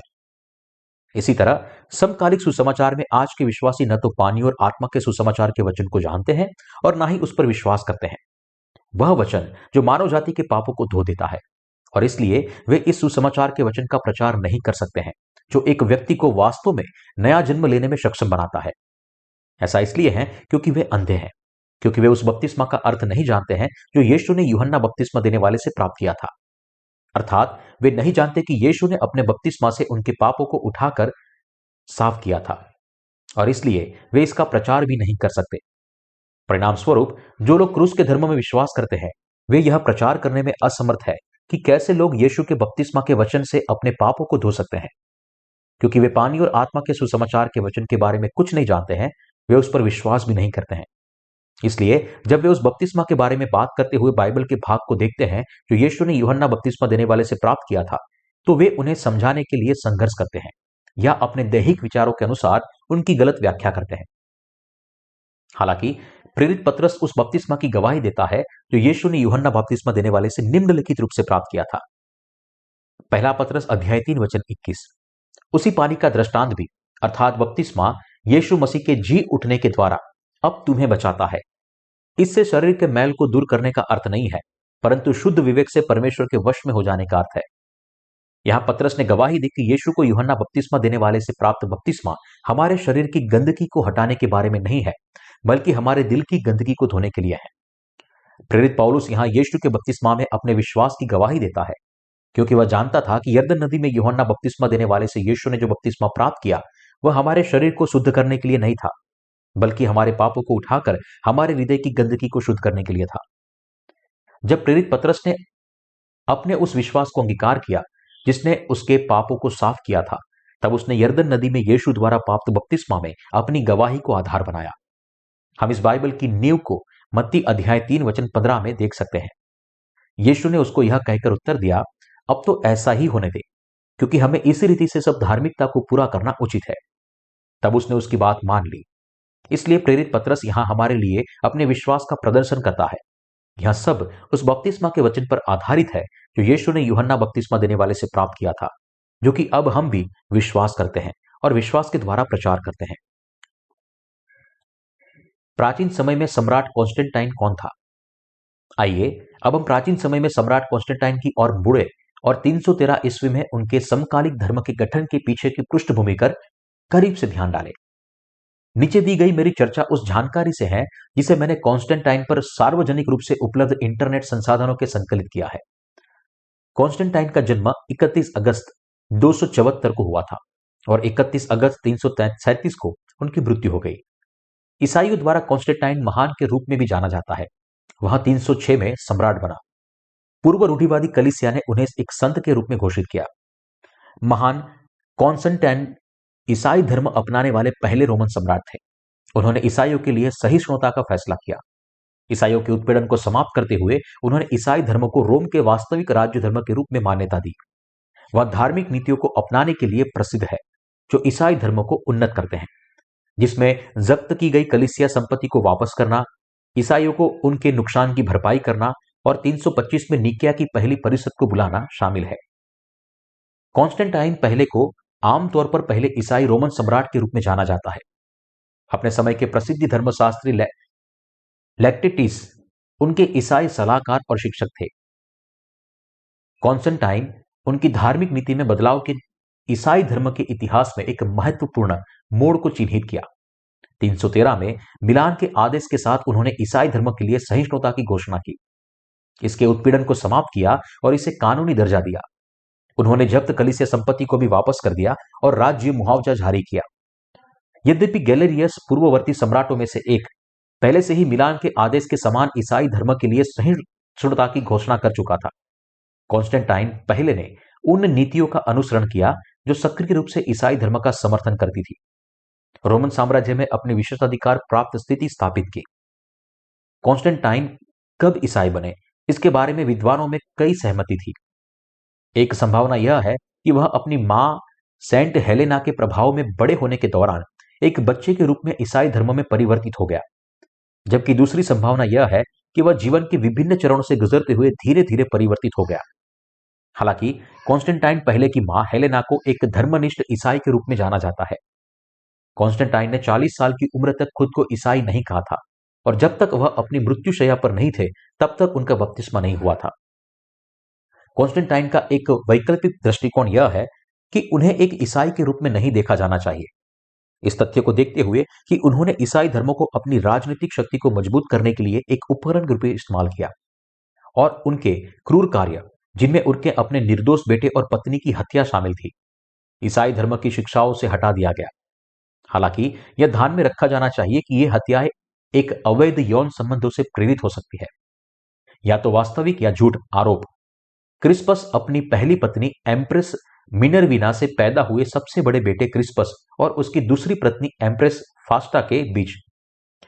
इस अटकल का समर्थन करने वाले कारकों में एक यह है कि कॉन्स्टेंटाइन द्वारा अपनी मां सेंट हेलेना के उकसाने पर महारानी फास्टा की फांसी का आदेश एक गर्म स्नान के घुटन से किया गया था, जो कि निष्पादन के रूप में रोम के लिए अनसुना था, लेकिन उस समय गर्भकात की अवधि के रूप में आम था।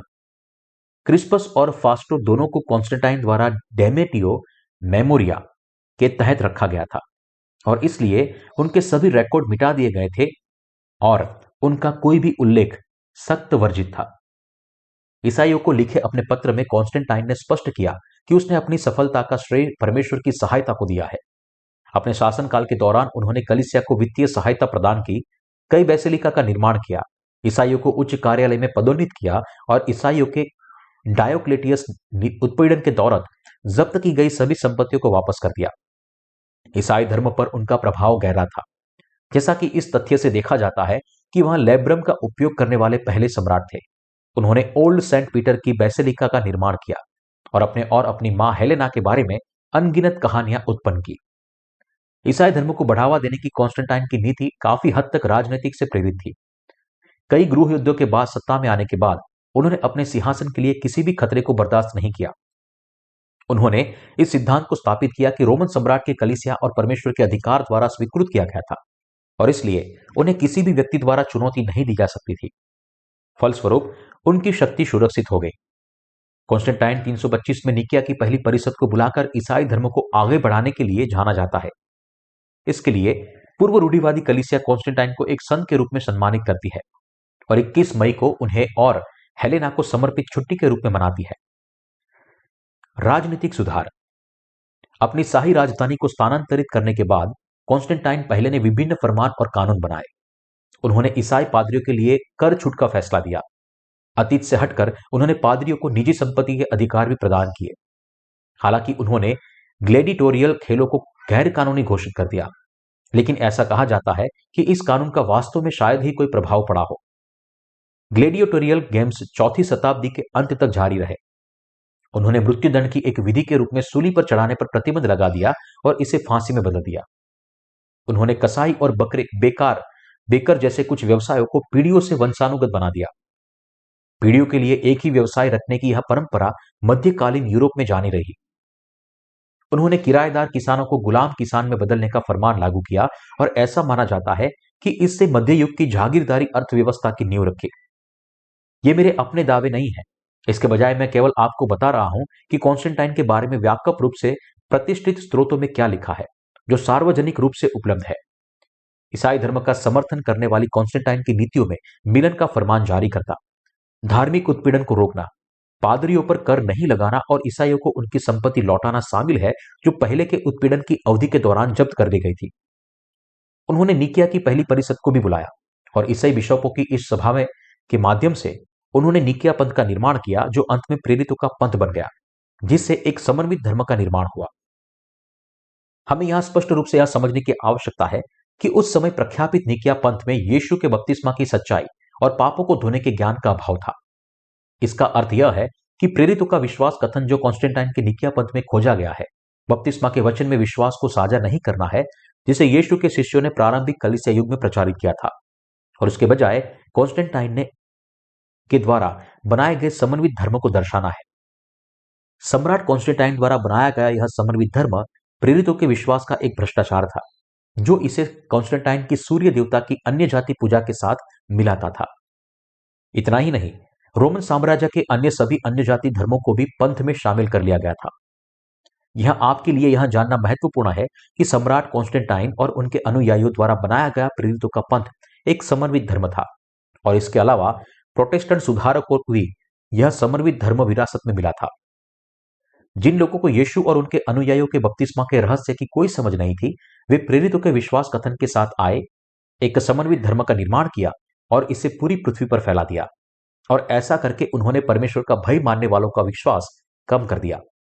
यह पानी और आत्मा का सुसमाचार सत्य नहीं था, जिस पर प्रारंभिक कलीसिया के प्रेरितों ने अपने स्वयं के जीवन के अनुभवों से विश्वास किया, यीशु के साथ चले और उनके प्रत्येक कार्य को अपनी आंखों से देखा। यह एक निर्विवाद तथ्य है। अब से हमें विश्वास के द्वारा पूरी दुनिया में पानी और आत्मा के सुसमाचार का प्रचार करना चाहिए, और अब किसी भी समन्वित सुसमाचार के साथ सत्य के विरुद्ध खड़े नहीं होना चाहिए।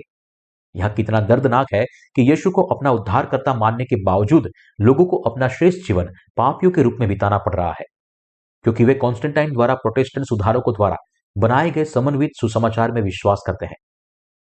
हम लिखित वचन की ओर लौटना चाहते हैं, प्रभु के बपतिस्मा के वचन को समझना और उस पर विश्वास करना हम चाहते हैं, और इस प्रकार अपने हृदयों में पापों को धोना और शांति से जीना चाहते हैं।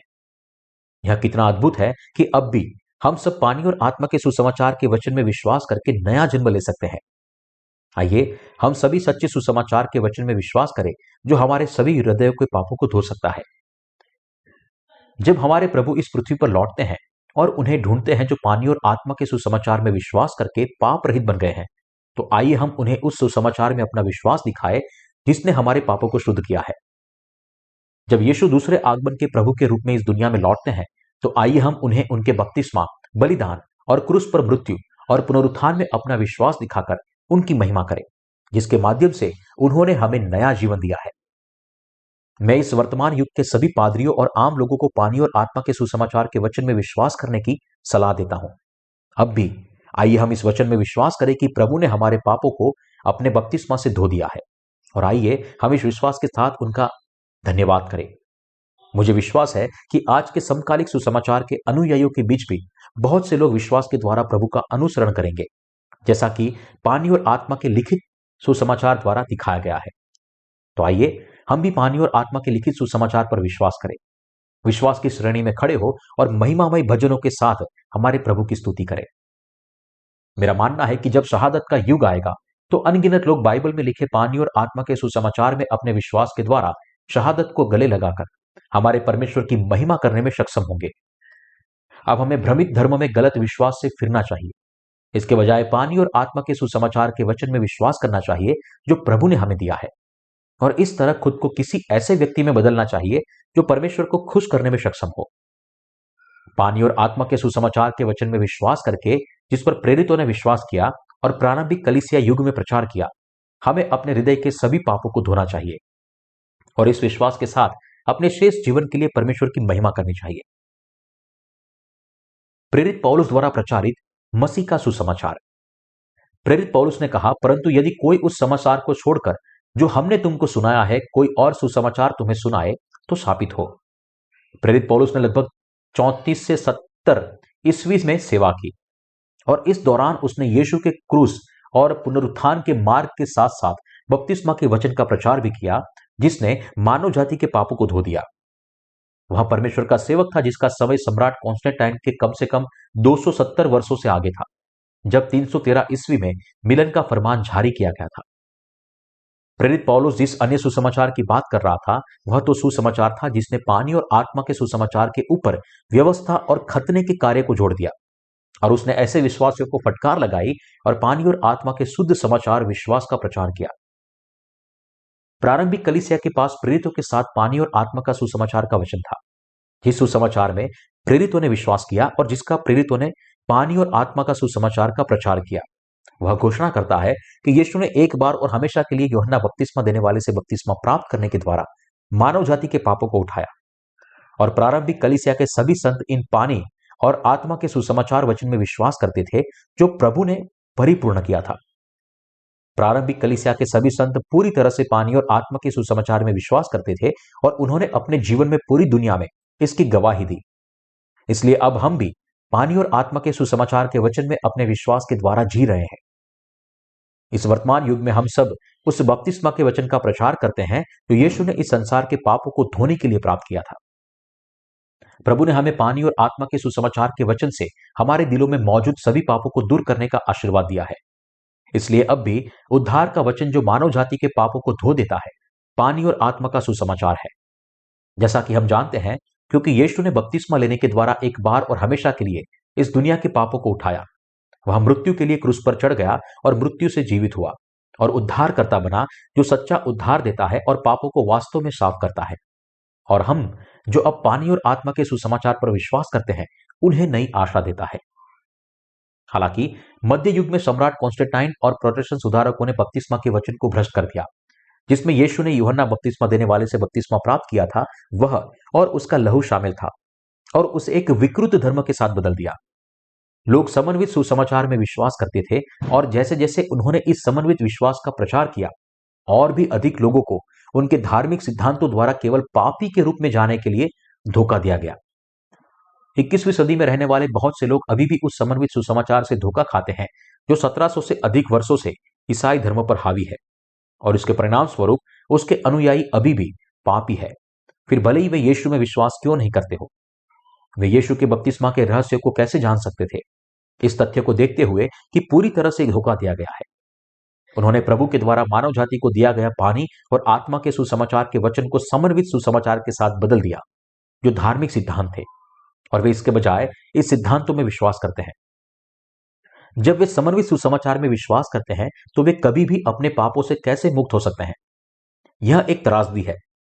आप परमेश्वर के सामने पापी के रूप में खड़े होने के लिए अपने आप को समन्वित सुसमाचार के सिद्धांतों द्वारा धोखा दिए जाने के बाद भी उस पर विश्वास करने की अनुमति नहीं दे सकते।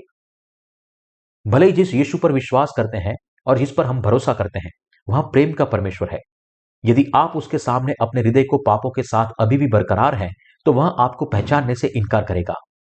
तब आप उससे कहेंगे कि आपने उसके नाम से भविष्यवाणी की, उसके नाम से दुष्ट आत्माओं को निकाला और उसके नाम से बहुत से चमत्कार किए। हालांकि जब आप परमेश्वर के सामने खड़े होते हैं तब यदि आपके दिल में अभी भी कोई पाप है तो यीशु अब आपकी रक्षा नहीं कर पाएंगे। इसलिए जब आप अभी भी इस दुनिया वर्तमान में जी रही है तो मैं आपको यीशु मसीह के द्वारा किए गए पानी और आत्मा के सुसमाचार के वचन पर अपने दिल से विश्वास करने के लिए कहता हूं और अपने पापों से शुद्ध करने के लिए कहता हूं। और मैं आशा और प्रार्थना करता हूं कि तब से आप अपना शेष जीवन प्रभु की महिमा के लिए तब तक जिएंगे जब तक कि आप उसके सामने खड़े ना हो जाओ। मेरे विचार में व्यावहारिक रूप से इस वर्तमान युग में रहने वाला प्रत्येक ईसाई समन्वित सुसमाचार में विश्वास करने वाला है। मैं अब आपको पानी और आत्मा के सुसमाचार का प्रचार कर रहा हूं क्योंकि मुझे आपकी आत्मा पर दया आती है।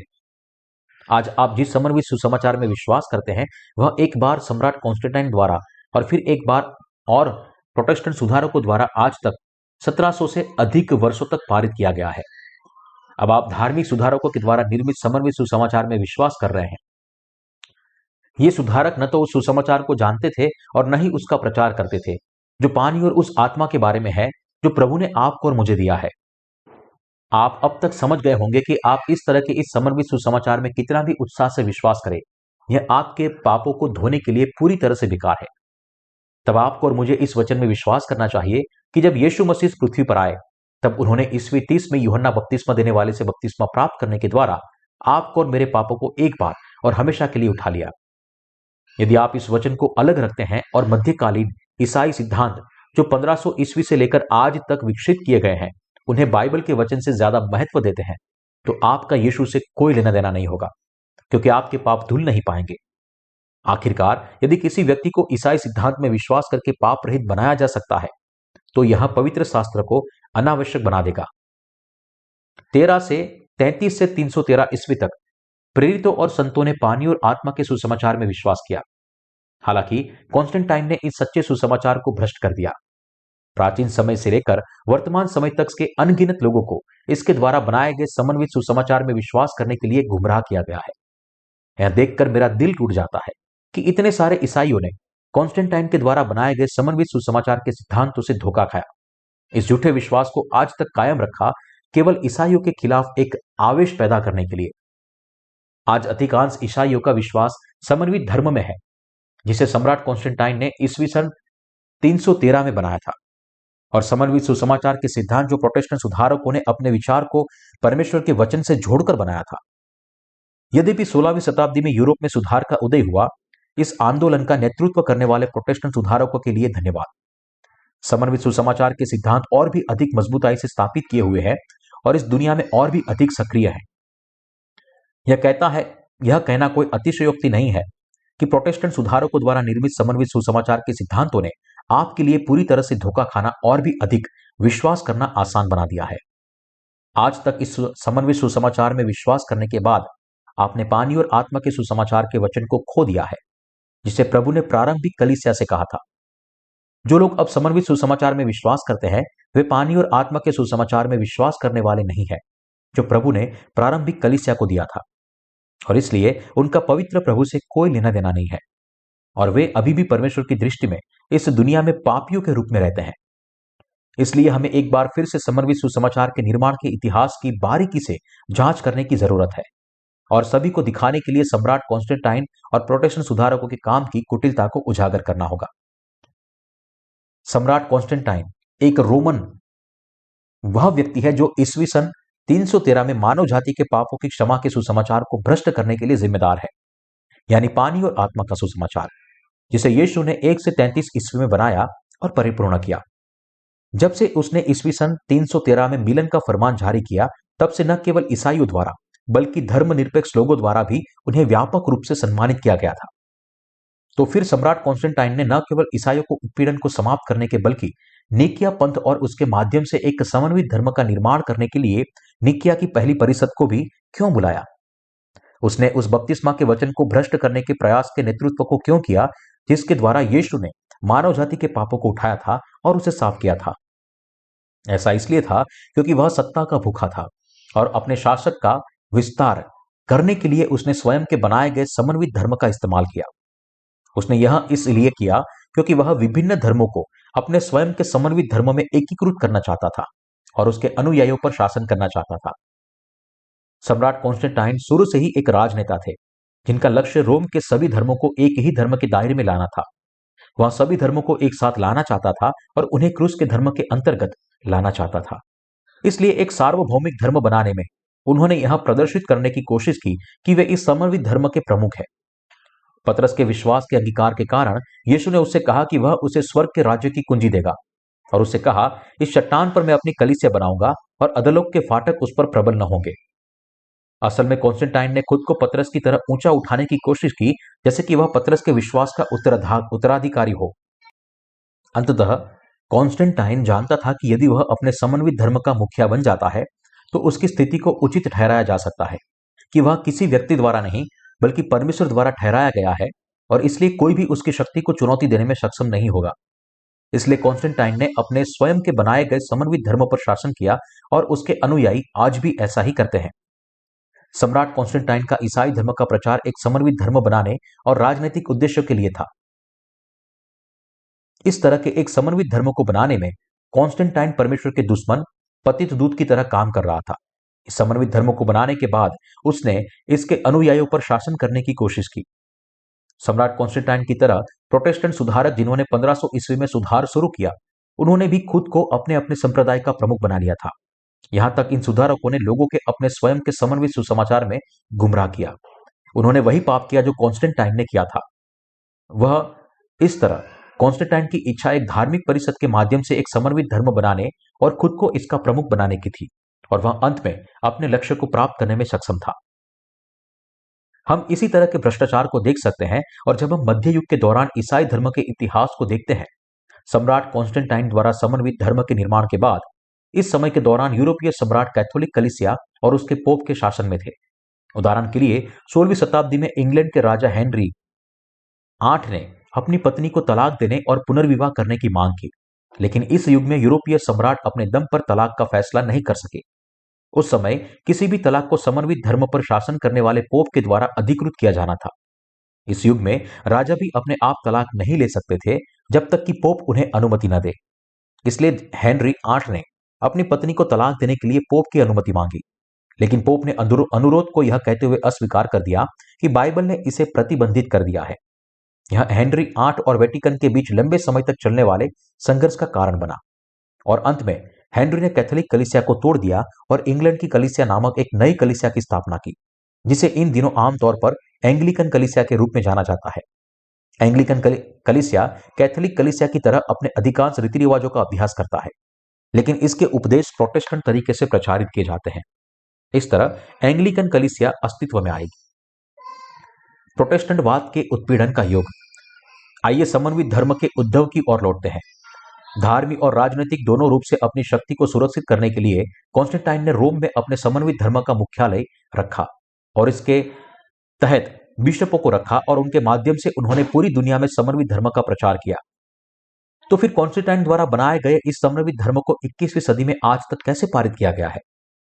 ऐसा इसलिए है क्योंकि जिसने भी इसे अस्वीकार किया उसे बेरहमी से दबा दिया गया। 1000 साल तक चलने वाले मध्यकालीन के अनाधारक युद्ध ने जो कोई भी सम्राट कॉन्स्टेंटाइन द्वारा बनाए गए समन्वित धर्म को अस्वीकार करता था, उसे विधर्मी करार कर दिया जाता था और वह मौत का शिकार हो जाता था। उस युग में एक विधर्मी कहलाने का मतलब मृत्यु का दंड पाना था। इसलिए विधर्म के आरोप से बचने के लिए लोगों ने समन्वित धर्म के खिलाफ एक भी शब्द नहीं बोला। इस युग के लोग अपने होठों को बंद करके जीते थे। इसी कारण से इतिहासकार मध्यकालीन युग के 1000 वर्षों के अंधकार युग को कहते हैं। इस समन्वित धर्म और पाप का युग था, अंधकार का युग था। इतिहासकार का कहना है कि प्रथम और द्वितीय विश्व युद्ध में मारे गए लोगों की संख्या की तुलना में समन्वित धर्म में मध्यकालीन युग के अनुयायियों द्वारा किए गए अत्याचार और नरसंहार में अधिक लोग मारे गए। इसका एक उदाहरण सेंट बार्थोलोम्यू दिवस की रात में एगुनुटोई में नरसंहार था। उस समय फ्रांस कैथोलिक और प्रोटेस्टेंट के बीच लड़े गए निरंतर गृह युद्धों से गुजर रहा था। एक कैथोलिक रानी कैथरीन डे मॉडिसी ने अपनी बेटी मार्गरेट को एक नावरे के प्रोटेस्टेंट हेनरी की शादी करने की व्यवस्था की थी। यह कोई साधारण शादी नहीं थी। यह एक कैथोलिक दुल्हन और एक प्रोटेस्टेंट दूल्हे के बीच एक शादी थी, जो योजनाओं, साजिशों और जानलेवा इरादे से लदी हुई थी। बहुत से लोग शादी का जश्न मनाने के लिए एकत्र हुए, लेकिन कई दिनों तक चलने वाले शादी के उत्सव समाप्त होने से पहले कैथरीन और चार्ल्स के प्राधिकरण के तहत सेंट बार्थोलोम्यू दिवस पर पेरिस में नरसंहार शुरू हो गया। सैनिकों ने हुगुटोन के धर लिया और उन्होंने सभी प्रकार की क्रूर हिंसा का उपयोग करते हुए महिलाओं और बच्चों सहित अनगिनत प्रोटेस्टेंटों को मार डाला। यह सेंट बार्थोलोम्यू दिवस की रात के दौरान हुआ। उस समय धर्मनिरपेक्ष कानून बेकार थे और मध्यकालीन युग की कलीसिया के धार्मिक कानूनों द्वारा प्रस्थापित किए गए थे, और इस समन्वित धर्म के नाम पर भयानक अत्याचार किए गए थे। अभी भी पोप का चयन किया जाता है और उसका अधिकार कैथोलिक कलीसिया द्वारा निहित होता है, और इसलिए कोई भी धर्मनिरपेक्ष शासक उसे पोप पद से बाहर नहीं कर सकता है। मैं यहां जो बात कहने की कोशिश कर रहा हूं वह यह है, सम्राट कॉन्स्टेंटाइन ने आधिकारिक तौर पर निकिया की पहली परिषद में समन्वित धर्म का निर्माण किया। प्रोटेस्टेंट सुधारकों ने अपने ईसाई सिद्धांतों के साथ अपने प्रभाव को मजबूत किया और परिणाम स्वरूप इस धर्म ने अनुयायी आज भी शक्तिशाली और अमीर है। समन्वित सुसमाचार के उद्भव से पहले प्रारंभिक कलीसिया के प्रेरित और संतों ने यीशु द्वारा परिपूर्ण पानी और आत्मा के सुसमाचार के वचन में विश्वास किया था, अर्थात वे यीशु मसीह के बपतिस्मा, मृत्यु और पुनरुत्थान में विश्वास करते थे। 313 ईस्वी में मिलान के आदेश के साथ शुरू हुए 1500 ईस्वी तक चले समन्वित धर्म द्वारा भारी उत्पीड़न के कारण पानी और आत्मा का सुसमाचार वचन पृथ्वी पर से पूरी तरह से गायब हो गया। हालांकि इस वर्तमान युग में परमेश्वर एक बार फिर से पूरे विश्व में पानी और आत्मा के सुसमाचार में विश्वासियों को खड़ा कर रहा है। परमेश्वर ने उन लोगों के द्वारा उद्धार के सुसमाचार की मशाल को ऊंचा किया है जो अब पानी और आत्मा के सुसमाचार में विश्वास करते हैं और इसे पूरी दुनिया में लोगों को बताता है, क्योंकि आखिरी कटने का समय निकट है। हमें यह समझना चाहिए कि पानी और आत्मा का सुसमाचार का वचन परमेश्वर के बपतिस्मा और क्रूस पर उसके कष्ट के बारे में है। हमें यह कभी नहीं भूलना चाहिए कि पानी और आत्मा का सुसमाचार वचन जिस पर हम विश्वास करते हैं और प्रचार करते हैं, वह वो सुसमाचार है जिसे मिलान के आदेश की शुरुआत में विश्वव्यापी कलीसिया द्वारा धर्मोपदेश की शुरुआत की गई थी। उससे कम से कम 300 साल पहले प्रभु द्वारा बनाया गया था और यह सुसमाचार प्रारंभिक कलीसिया के पास था। यद्यपि सबसे सार्वभौमिक और समन्वित धर्म कॉन्स्टेंटाइन और उनके अनुयायियों द्वारा बनाया गया धर्म है, आपको यह समझना होगा और विश्वास करना चाहिए कि पानी और आत्मा का सुसमाचार वचन, जिसके बारे में बाइबल के दोनों नियम बताते हैं, उद्धार का सत्य है कि यीशु ने पृथ्वी पर आने के बाद यूहन्ना बपतिस्मा देने वाले से बपतिस्मा लेने के द्वारा यीशु ने जगत के पापों को एक ही बार में हमेशा के लिए उठाया था। पानी और आत्मा का सुसमाचार वह सत्य है कि यीशु ने इस संसार के पापों को एक बार और हमेशा के लिए उस बपतिस्मा के माध्यम से उठाया जिसे उन्होंने यूहन्ना बपतिस्मा देने वाले से प्राप्त किया था। उन्हें मृत्यु के लिए क्रूस पर चढ़ाया गया और वहां फिर से मृतकों में से जी उठा। और यह सुसमाचार सच्चा वचन है जो वर्तमान युग में भी उन सभी के लिए पापों की माफी और अनंत जीवन की आशीष लाता है जो इसमें विश्वास करते हैं। जीवन का यह सच्चा समाचार जीवन का प्रकाश है। जैसे यीशु ने निकोदिमुस से कहा था, वैसे ही यह सभी को पानी और आत्मा से नया जन्म लेने में सक्षम बनाता है। इसलिए हम सभी को अब आज के ईसाइयों को यह उपदेश देना चाहिए जो केवल क्रूस के समन्वित धर्म में विश्वास करते हैं कि उन्हें तभी बचाया जा सकता है जब वे जीवन के प्रकाश यानी पानी और आत्मा के सुसमाचार के वचन की ओर लौटेंगे, जिसके द्वारा यीशु ने उन्हें बचाया और संसार के पापों को हमेशा के लिए साफ कर दिया। और अपने मन से इस वचन पर विश्वास करना चाहिए।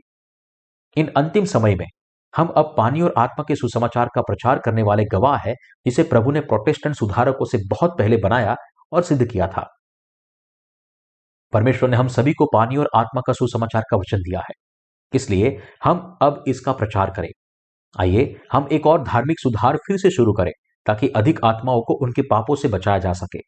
आइए हम इस दुनिया में ईसाई विरोधी लहर को फैलाने से रोकें और आइए हम अपने प्रभु के पानी और आत्मा के सुसमाचार के वचन में विश्वास के साथ उनके घायल दिलों को चंगा करें। हमारे प्रभु ने आपको पानी और आत्मा का सच्चा सुसमाचार दिया है। मैं आशा और प्रार्थना करता हूं कि आप सभी इस सुसमाचार को जानेंगे और इसमें विश्वास करेंगे और इस प्रकार अपने सभी पापों से नया जन्म प्राप्त करने के लिए आशीषित होंगे। हालेलुया।